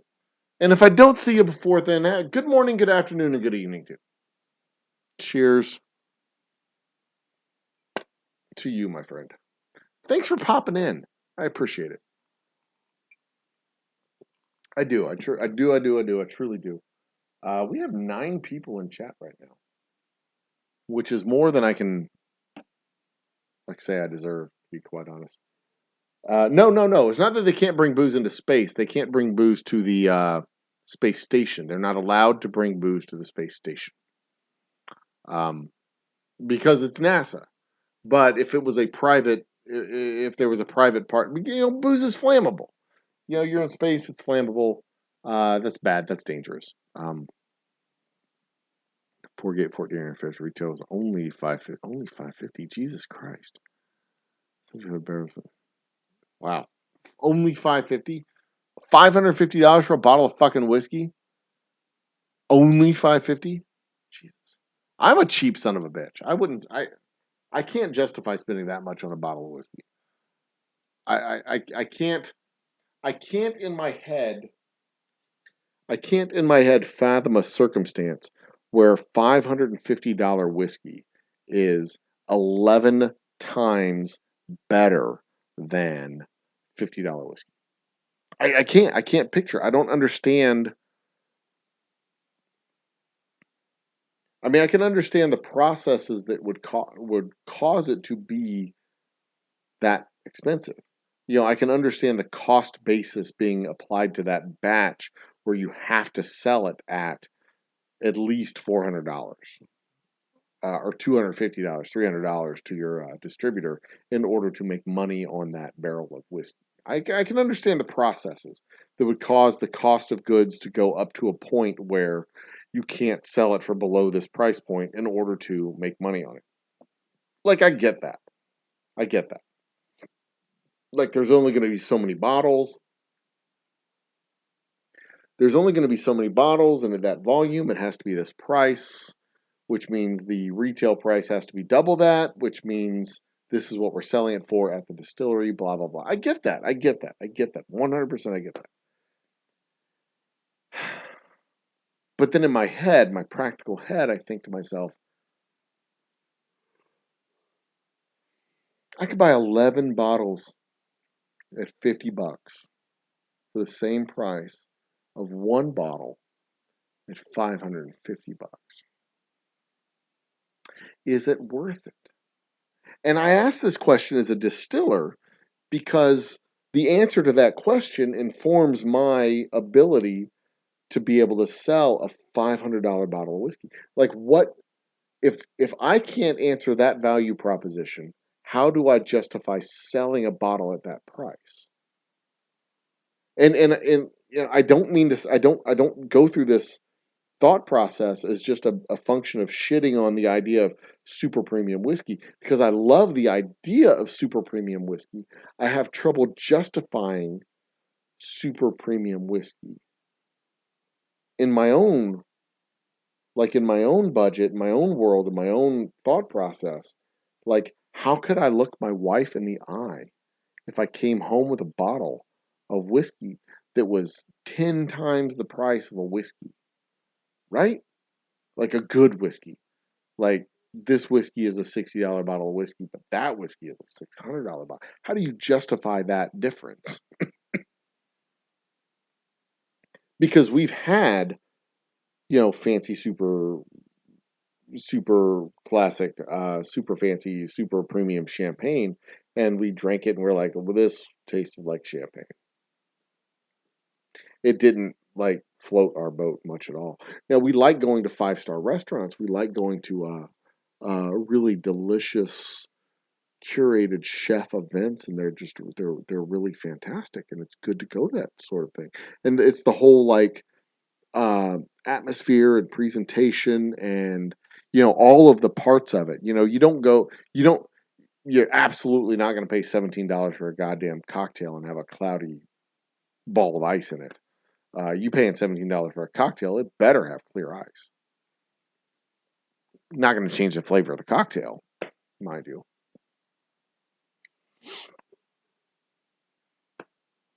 But if I go to a restaurant and we're paying, I don't know, $60, $70 for a dish, it's, some 5-star fancy schmancy French restaurant, some shit like that, and your waitress comes out and she's wearing a t-shirt and jeans and chewing on gum and, that's not a $60 a plate restaurant. That's it's the presentation is part of the experience. But if I'm just buying a fucking bottle at Mike's Liquor Shack down the street, they have this special unicorn bottle and $600, and there's no presentation, there's no experience. It's just here's the bottle, here's my glass, pouring it in, drinking it up. That's worth it. Where does that extra $500 come from? Does it depend on who's under the desk? Is it, where does that extra, is it all marketing? It can't all be marketing. There has to be some flavor. But is it 10 times the flavor?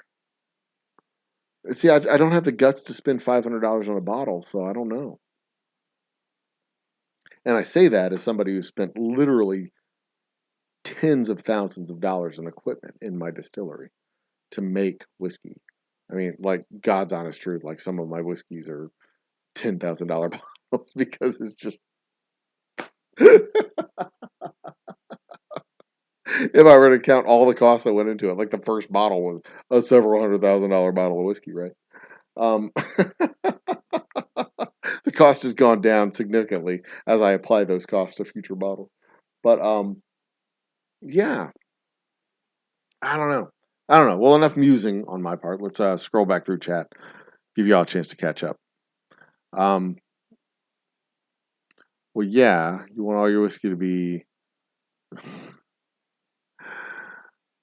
not like I'm Bacardi 151 or anything. We got bots. Oh, we got a nudie bot. I missed it. Whoops. Good job, Dustin. Thank you very much. Do you think most $50 whiskey is good enough to even drink neat? Yeah. I don't know most. I mean, that's a hard question to answer, but I know some $50 whiskeys are perfectly good to drink neat. I mean, I have a ball of ice in this one because I just like it cold, but yeah, there's plenty of $50 whiskeys that are good enough to drink neat. I mean, maybe I'm selling my whiskey too cheap. Maybe it should be 20% higher. I don't know. Um, why, when I look at $1,000 bottle of whiskey, it better be cask strength? Oh, yeah, I get that. But if you don't like premium whiskey because higher proof is part of the experience, oh, so it's got to be a high proof whiskey to be a super premium whiskey. So for $500, you'd pay for 140 proof.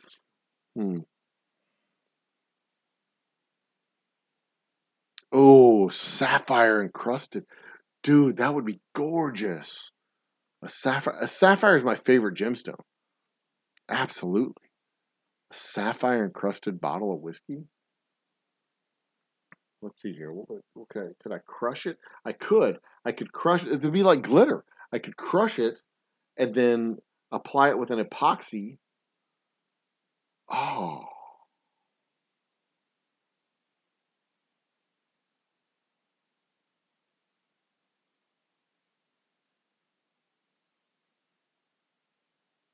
Hmm.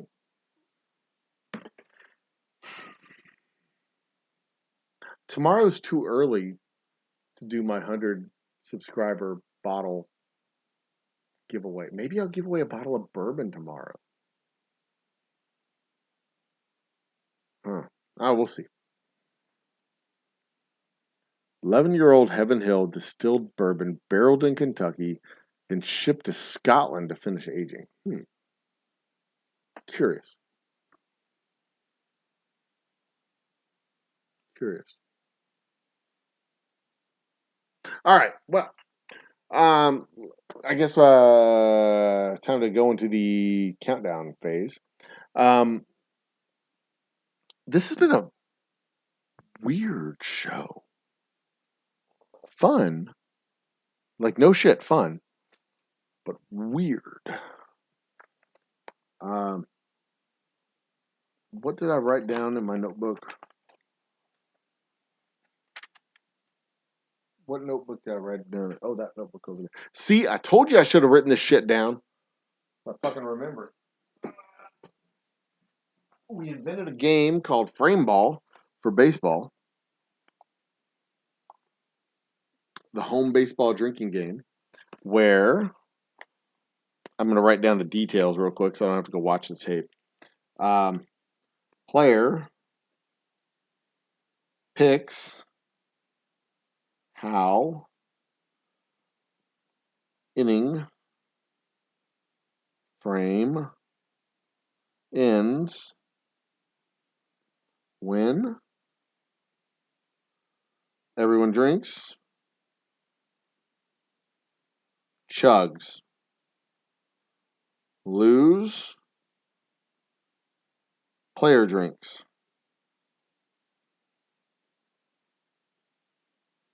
Specific play, everyone drinks twice.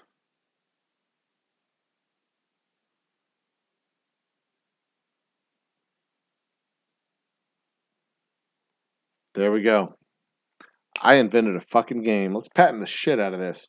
Lisa, I need a lawyer. I need a lawyer. All right, where are we at? Okay, so tomorrow night trivia, 100th episode. We're going to do something cool for the trivia for the 100th episode. I don't know what it is, but you're going to want to tune in. You're going to want to do stuff. I'm going to put out I'll make the decision tomorrow. It may just be something dumb. $10 to the winner. Something worth a shit. Not extravagant, something worth a shit. I mean, it's the end of the year. We're struggling. We're fighting. We're scrapping along over here. We'll see what we got. 100th episode. 100th fucking episode. Wow. 100 episodes. of the Old Humble Happy Hour. How do you like this for ASMR? Does this count as ASMR? I don't know, because I don't really know what ASMR is. I mean, I've heard it. That's kind of like chicks in low-cut crop top shirts and big giant titties, strumming their fingernails on a desk, scratching like an orange or some shit, and then brushing their hair or some dumb crap. I don't know. It's weird. Totally weird. Anyway, enough of that shit.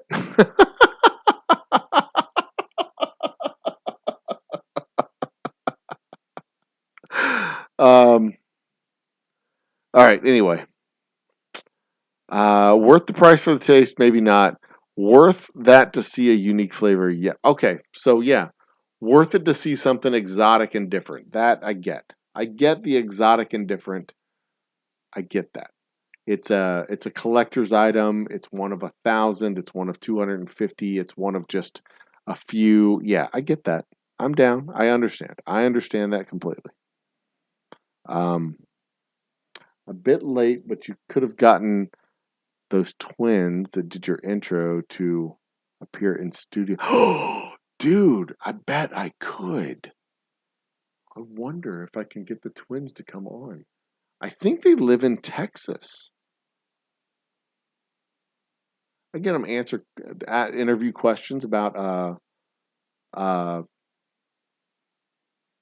being, doing ad stuff and ad space and oh yeah, that's a good idea.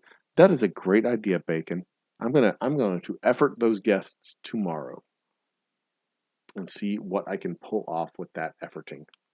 That's a word, by the way, effort, as a verb and also a noun. I am going to effort. Effort being a noun, a subject, an object to the participle of to. Is that right? Predicate participle. Predicate noun? It's a predicate noun. Or is it to effort? Is to effort the verb? An infinitive? Yeah, to effort would be the verb. It would be an infinitive. I am going to effort. I think that's how that works.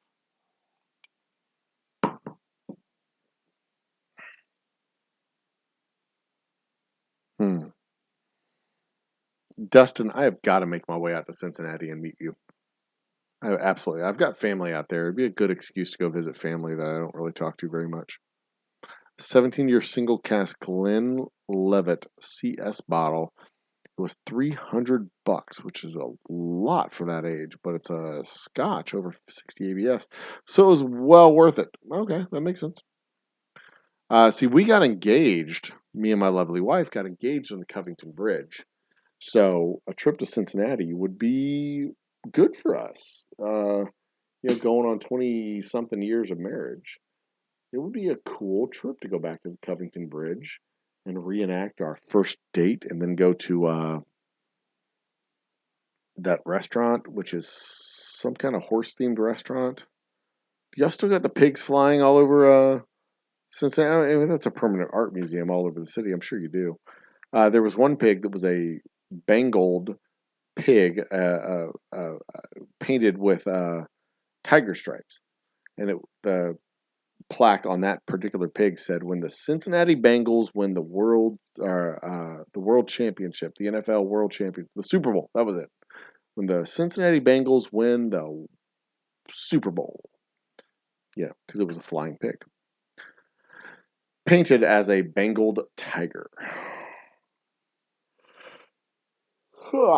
Speaking of which, if y'all haven't seen Brockmire, you are missing out. Brockmire is a fantastic fucking show. Ran for 4 seasons, I believe. It is on Hulu. It is amazing. Hank Azaria, Amanda Peet. It is a fantastic fucking show. Hank Azaria is a MLB broadcaster, fell from grace because he had several public meltdowns. Ladies and gentlemen, I am Jim Brockmire. Thank you for coming to the show. Thank you for coming to tonight's game. It is 82 degrees outside. A gorgeous night. Clear and cloudless. The moon is hanging high in right field. And we're going to have us a wonderful time. Did I mention that my wife, Lucy, fucked my neighbors? Yeah, it's kind of like that. And he is so good. So good. So good at that show. That show is a thorough entertainment. Not at all appropriate for young people, but none of y'all are young, so what do you care? All right, what do we got? It is 1:45. I'm done stalling. We got to wrap this up, for real. Tomorrow night, the 100th episode of our happy hour. Hopefully, Lisa will be able to join us. She's been extremely busy lately, and I'm not even mad. She's been extremely busy doing great work. I love her to death. I am super duper hopeful that she will be on the show tomorrow. Should have the Streamlabs link up for her. I should have it up for everybody else to join us if you wish to partake in drinks and shots for the night. Hell, I might be able to convince Lisa to come to my house tomorrow to do the show. We might do the bacon shots because that would be bacon shots. Would be fucking delicious. Oh my god, a shot glass made of bacon with chocolate on the inside, a little shot of rye. Oh, you can drink it, then you get to eat it. Oh yeah, drink it, then eat it. Drink it, then eat it. Oh yeah. Anyway, enough of that. Jesus Christ, that's just weird. You send shivers up and down your spines. I'm sorry. I'm sorry. That ain't appropriate. He's having a stroke.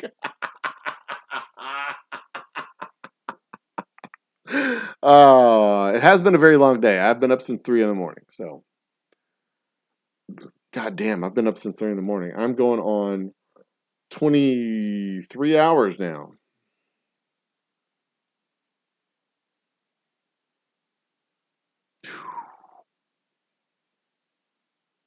23 hours. 23 hours. Oh yeah, I'm making it till 2 o'clock my time because that means I will be up 24 solid hours when I go to bed at 3 o'clock. Because once I shut down the show, it takes me an hour to wind down. I don't just like shut down the show and then I'm not like that. Whiskey on the rocks. Oh, eat a dick. All right, I'm going to do that. I got 15 minutes. I'm going to freshen up my drink. 13 minutes. Freshen up my drink.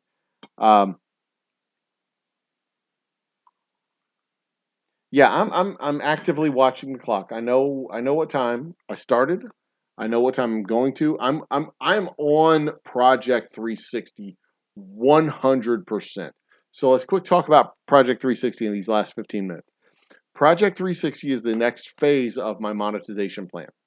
I know, like, some people can be normal and they can just go out there and they'll be like, I'm going to get 1,000 subscribers in 4,000 hours. I'm going to monetize. And they're like, done. I'm not like that. I ran my channel badly forever. From October 2014, 2016, whenever I started the stupid channel, we didn't do anything.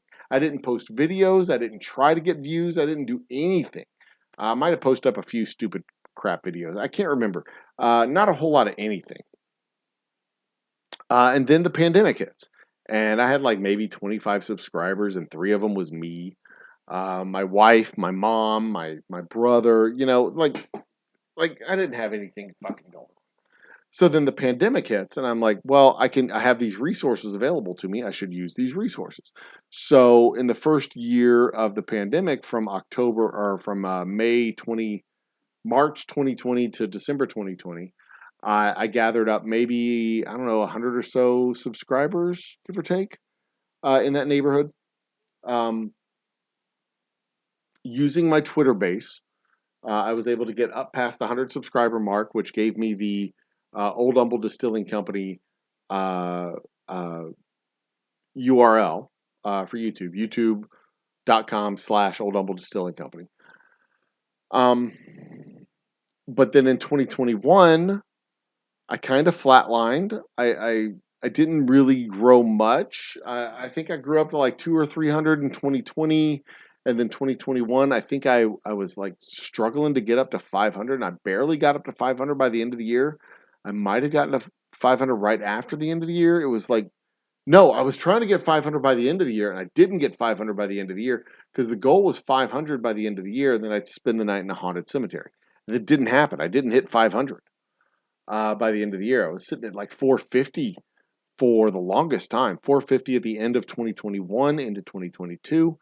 And that's when I started like seriously thinking about the analytics. Like, is my channel growing? Is my channel worth a shit? Am I doing it? Why? Blah, blah, blah, blah, blah. And then I dug through the analytics in February and realized that nobody was watching the show. I had 4,000 views in, I had 40,000 views, but 36,000 of those views was from like 3 videos over the course of 2 years. One was a paid advertisement, and 2 of them were shorts that went moderately viral for a few days. Not an impressive channel. No, none of my live shows were getting significant traction. My interviews, nobody was watching them, except for one, and that was Raptor Gaming. They watched that interview, but for the most part, people were staying away in droves. There's a billion people on YouTube, and I was getting none of them. Hardly any watch hours, hardly any actual views. So then I started doing the research in the early February to find out how to improve my channel. What do I need to do to improve my channel? What am I doing? What am I doing wrong? How do I do it better? Da da da da da da da. A lot of the online resources are shit. In case you're wondering, a lot of them are shit. How to get more subscribers, how to go from 0 to 1,000 in just 3 days. How to da da da da. A lot of it is hiring a Fiverr guy, hiring a channel optimizer, hiring somebody to get a bunch of views and subscribers on your one video. So you have one video that goes up to like 10,000 views and you get 1,000 subscribers out of that. None of them seemed reasonable, rational, or sustainable. So Channel Makers was the resource that I found on the YouTubes that had really good content. And it was the first person that actually answered the question of, why do you want 1,000 subscribers to begin with? That's how you should tailor your strategy. And if you've ever been a consultant or know consultants, you know that a lot of them don't know how to ask the right questions, and a lot of consultants are bad consultants because of that. They have a pocket full of solutions, and they can't wait to pull those solutions out. And I can't tell you how many times I'd been around other YouTubers just trying to like understand what they did and how they did it, what their process was, that they would pull out the standard rote form answer of, so you need to find a niche. You need to without ever asking a question. And if you've got answers without asking questions, you've got the wrong answers because you're not asking the right questions because you haven't asked any questions. And it was really annoying because you'd sit there and you'd ask, so what do you? They'd say, so what do you do? And I said, yeah, I make whiskey and I have a YouTube channel and blah blah blah blah blah blah. And so what do you do? Oh, I'm a YouTube coach and I help people do the thing. And you could just see them like itching and twitching, just trying to get you to ask the question of how do I improve my channel? So they can go, you need to find a niche. They're like, Jesus Christ. So many conversations that started, like literally started off that way. You need to find a niche. I'm like, ugh, fuck. You don't know what I'm doing. So I found a niche. But it wasn't like I sat down and decided on a niche. It was, I looked at what I did well and where my skills were and what was working for my channel, and I leaned into those things. And that was how I decided to, lever towards my 100,000 views project. So the idea of the project was, I didn't so much want to get more subscribers as I wanted to get more views to my channel. I wanted my bands to get audience members. I wanted my interviewees to get audience members. I wanted my brand to get exposure and audience members. So I leaned into what I did well. Live happy hours like these. Live music. And live shows from the distillery, day in the life stuff. And a few months after that, it started to pick up steam. Went from 180 something views to 380 something views to 800 and something views, and that was kind of my high point. Following that strategy, 600, 700, 800 views, and then I had a few shorts pop off in April and May, and I was like, wait a minute, I'm good at doing shorts too. So I started doing more shorts and getting more views. And long story short, which is, I know that horse left the barn hours ago. I went from 40,000 views to 100,000 views by the end of June. No, that's not right. I went from 100,000 views. I went to from 40,000 views to 100,000 views by the end of May. By the end of June, I'd crossed 150. By the end of April, or the end of going into July, we had reached our goal of 100,000 views, not just for the year, but or not just for the lifetime of the channel, but for the year. I'd actually hit 100,000 views from January to the end of June. So we did our 600 subscriber special, which also informed me that the more eyeballs that watch the channel, the more subscribers I get. So I started leaning into getting more views, more views, more views, more views, and eventually, we crossed the 1,000 subscriber mark. And I was super duper excited about that. But now the next part of that is getting the 4,000 hours, which averages out to about 330 something hours a month. I just rounded it up to 360. So now I have to figure out how to get 360 qualified hours each month. Where my highest month ever has been maybe 120. Last month I had a net of 75. So I have my work cut out for me over the next several months. But hopefully, this project 360 will turn out the same way the other project 100K turns out, in that I'll not only hit the mark of 360 a month, but it'll just go way over it. And I'll just start blowing out the numbers and getting 400, 500, 600 hours a month. And we'll see how that goes. But it's harder to get the watch hours because I'm an idiot and I don't know how to do YouTube good, but I'm learning. I am 100% learning.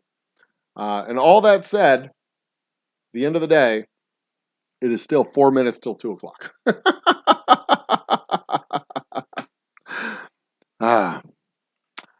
They still have the flying pigs, but you can't remember the last time you noticed one. Yeah, I get that. We have cows in Houston, by the way. That's what we've got. Cows. Yes, bacon shots, as in shots of whiskey out of a glass made out of bacon. Yes, that is 100% what I'm talking about. Making it 2 a.m. I've got that. We've got 2 a.m. my time. Pour myself a girl's drink, blah, blah, blah. It's only a girl's drink if you drink it out of a vagina. Go buy some cheap stuff out of good whiskey. Your growth with shorts is pretty impressive. Thank you, Dustin. I appreciate it. I've done more and better shorts. The reaction shorts get the best run. The original content shorts don't seem to get a whole lot of run, but the reaction shorts are getting good run. And I'm working on translating that understanding and knowledge into actual videos. I'm probably going to record a few of them here, a few of them at the bar at the distillery. But keep working it. I keep working the process. You trust the process. You trust the process. That's how it goes. Now we get good watch time. 1.3 the last 28 days. Oh, that's cool. That's cool. That's good stuff. Like my channel in real life is 8 years old, but I really only count by the age of my channel from 2020. And I count like the active effort on my channel from February, because before February I was just fucking around. After February I was like focused and trying. So we will see how it, I mean, there's different starting points. If you start a channel and you're serious about it, you go from that starting date. But I wasn't serious about my channel. I thought I could just use the channel, post up. Oh goodness. Post up videos, use them as advertisements, and that's all I would do.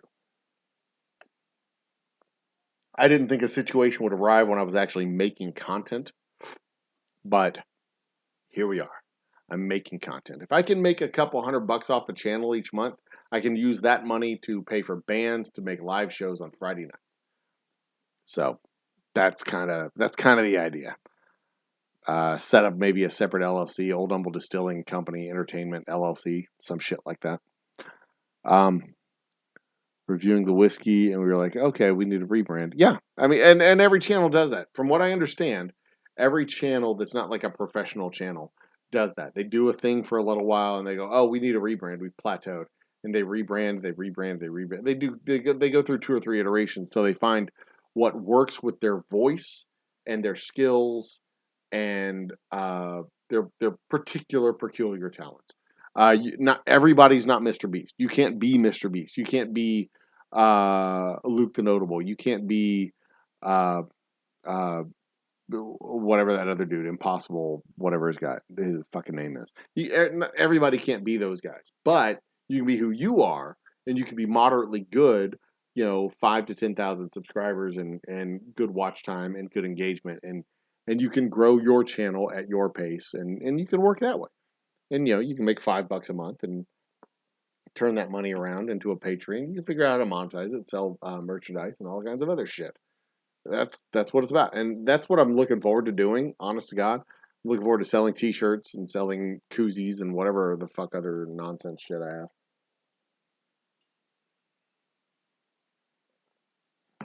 I mean, whatever takes a little bit of pressure off the actual business. It'll be fine, and then I can turn the channel over to actual producers, and they can do shit. It'd be cool. Bacon's growth is have other drunks to talk to on Fridays. It's Aaron Claney, DLD, After Dark, and others. I try. I try to steer people over to you. I tell people I'll be on your show Friday after my show. You are my after show. You are where I go to wind down. If I'm not exhausted, I come to you to hang out and wrap it up for the evening. Over 80 hours. Good. That's great. That is great. I have yet to post a video that gets 80 hours. Unless it's a short. My shorts get 80 hours, but those 80 hours aren't qualified hours for monetization. No, it could be, yeah, Doc did it. Doc did it well too. He grew his channel with lives just like this one to support his book. He grew his channel. He had his 4,000 hours. He put in the work.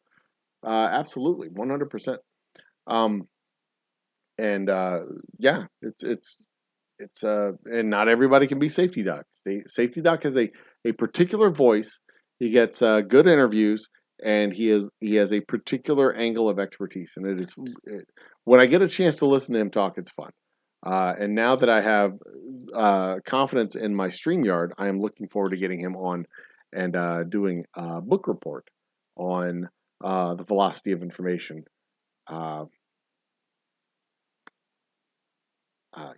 Yeah, good books, good stuff, good stuff, good writing, good time.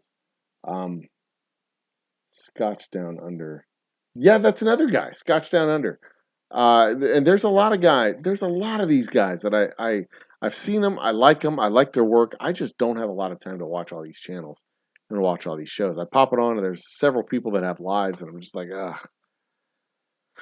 I'll pick one, and I'll watch one for a little while. Sometimes I comment, sometimes I don't. I pop in for a few minutes, I pop out, and it's good stuff. There's some content that's better than others, but um, for the most part, I enjoy the Whiskey Tube guys.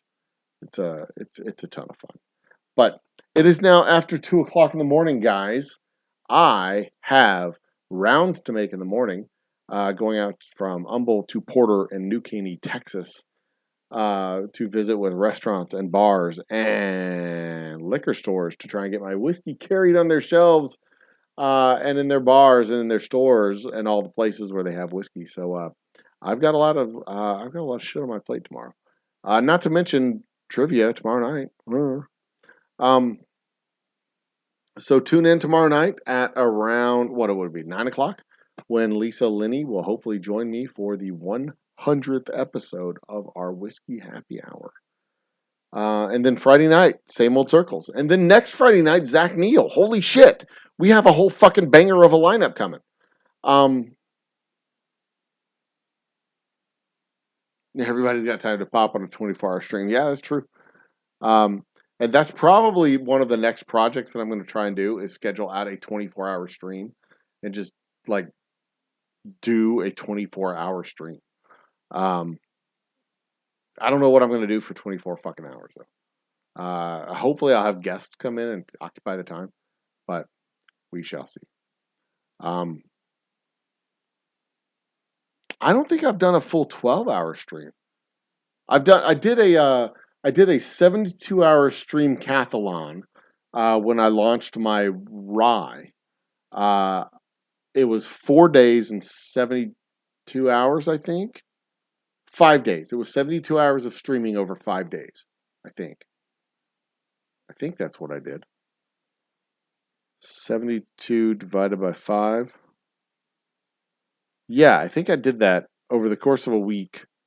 I think it was over the course of a week. I did 70, maybe it was 24 hours over the course of a week. 72 sounds like a long time. Yeah, I think that's what it was. 24 hours over the course of a week. Because I was bottling up I was popping the barrel, proofing the barrel, bottling the whiskey, doing all the stuff I need to do with the whiskey, and I did it over the course of 5 days, and I did 24-hour stream over 5 days.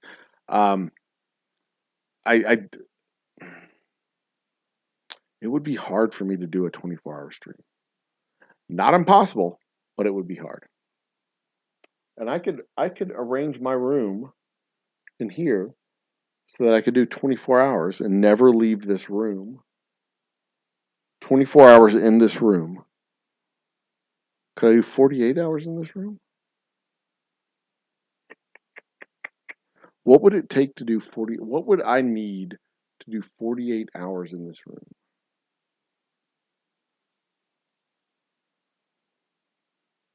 72 hours inside 72 hours in the distillery. What would that require? Could I do that? Could I do 72 hours within the walls of my distillery? Huh.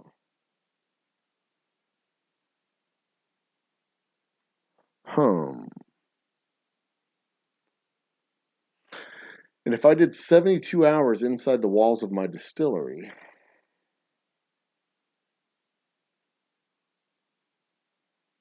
would that translate into 360 hours of watch time? What would I need? Let's see here. For it to go from 72, 360 divided by 72, I would need 5 people to watch the entire show.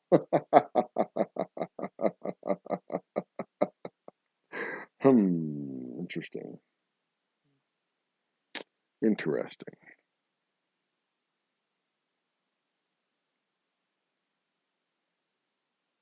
Maybe I'll do that in conjunction with the release of our 72-hour blackout. Maybe that's what I'll do. We'll have to see. All right, guys. It is time. It is time. We wound up on other streams just after he was done. Oh yeah, okay, that makes sense. So I'll have to plot out a game plan for 72 hours of streams. Like part of it will probably have to be build out stuff. You know, putting in a toilet, putting in a bathroom, putting in walls and all that shit. There'll be a lot of sleeping, distillation, construction, destruction. Something to think about. All right, anyway, this has been Wednesday night, December 7th, 2022 of the year of our Lord. I am the Old Humble Guy. I am your friendly neighborhood sin merchant, your humble dealer of delicious bourbons. Think with your whole brain, guys. Love with your whole heart and be awesome to each other. We'll see you tomorrow night. How's that sound? That should sound great. We will see you tomorrow. Tomorrow night. Cheers. Have a great night. Bye.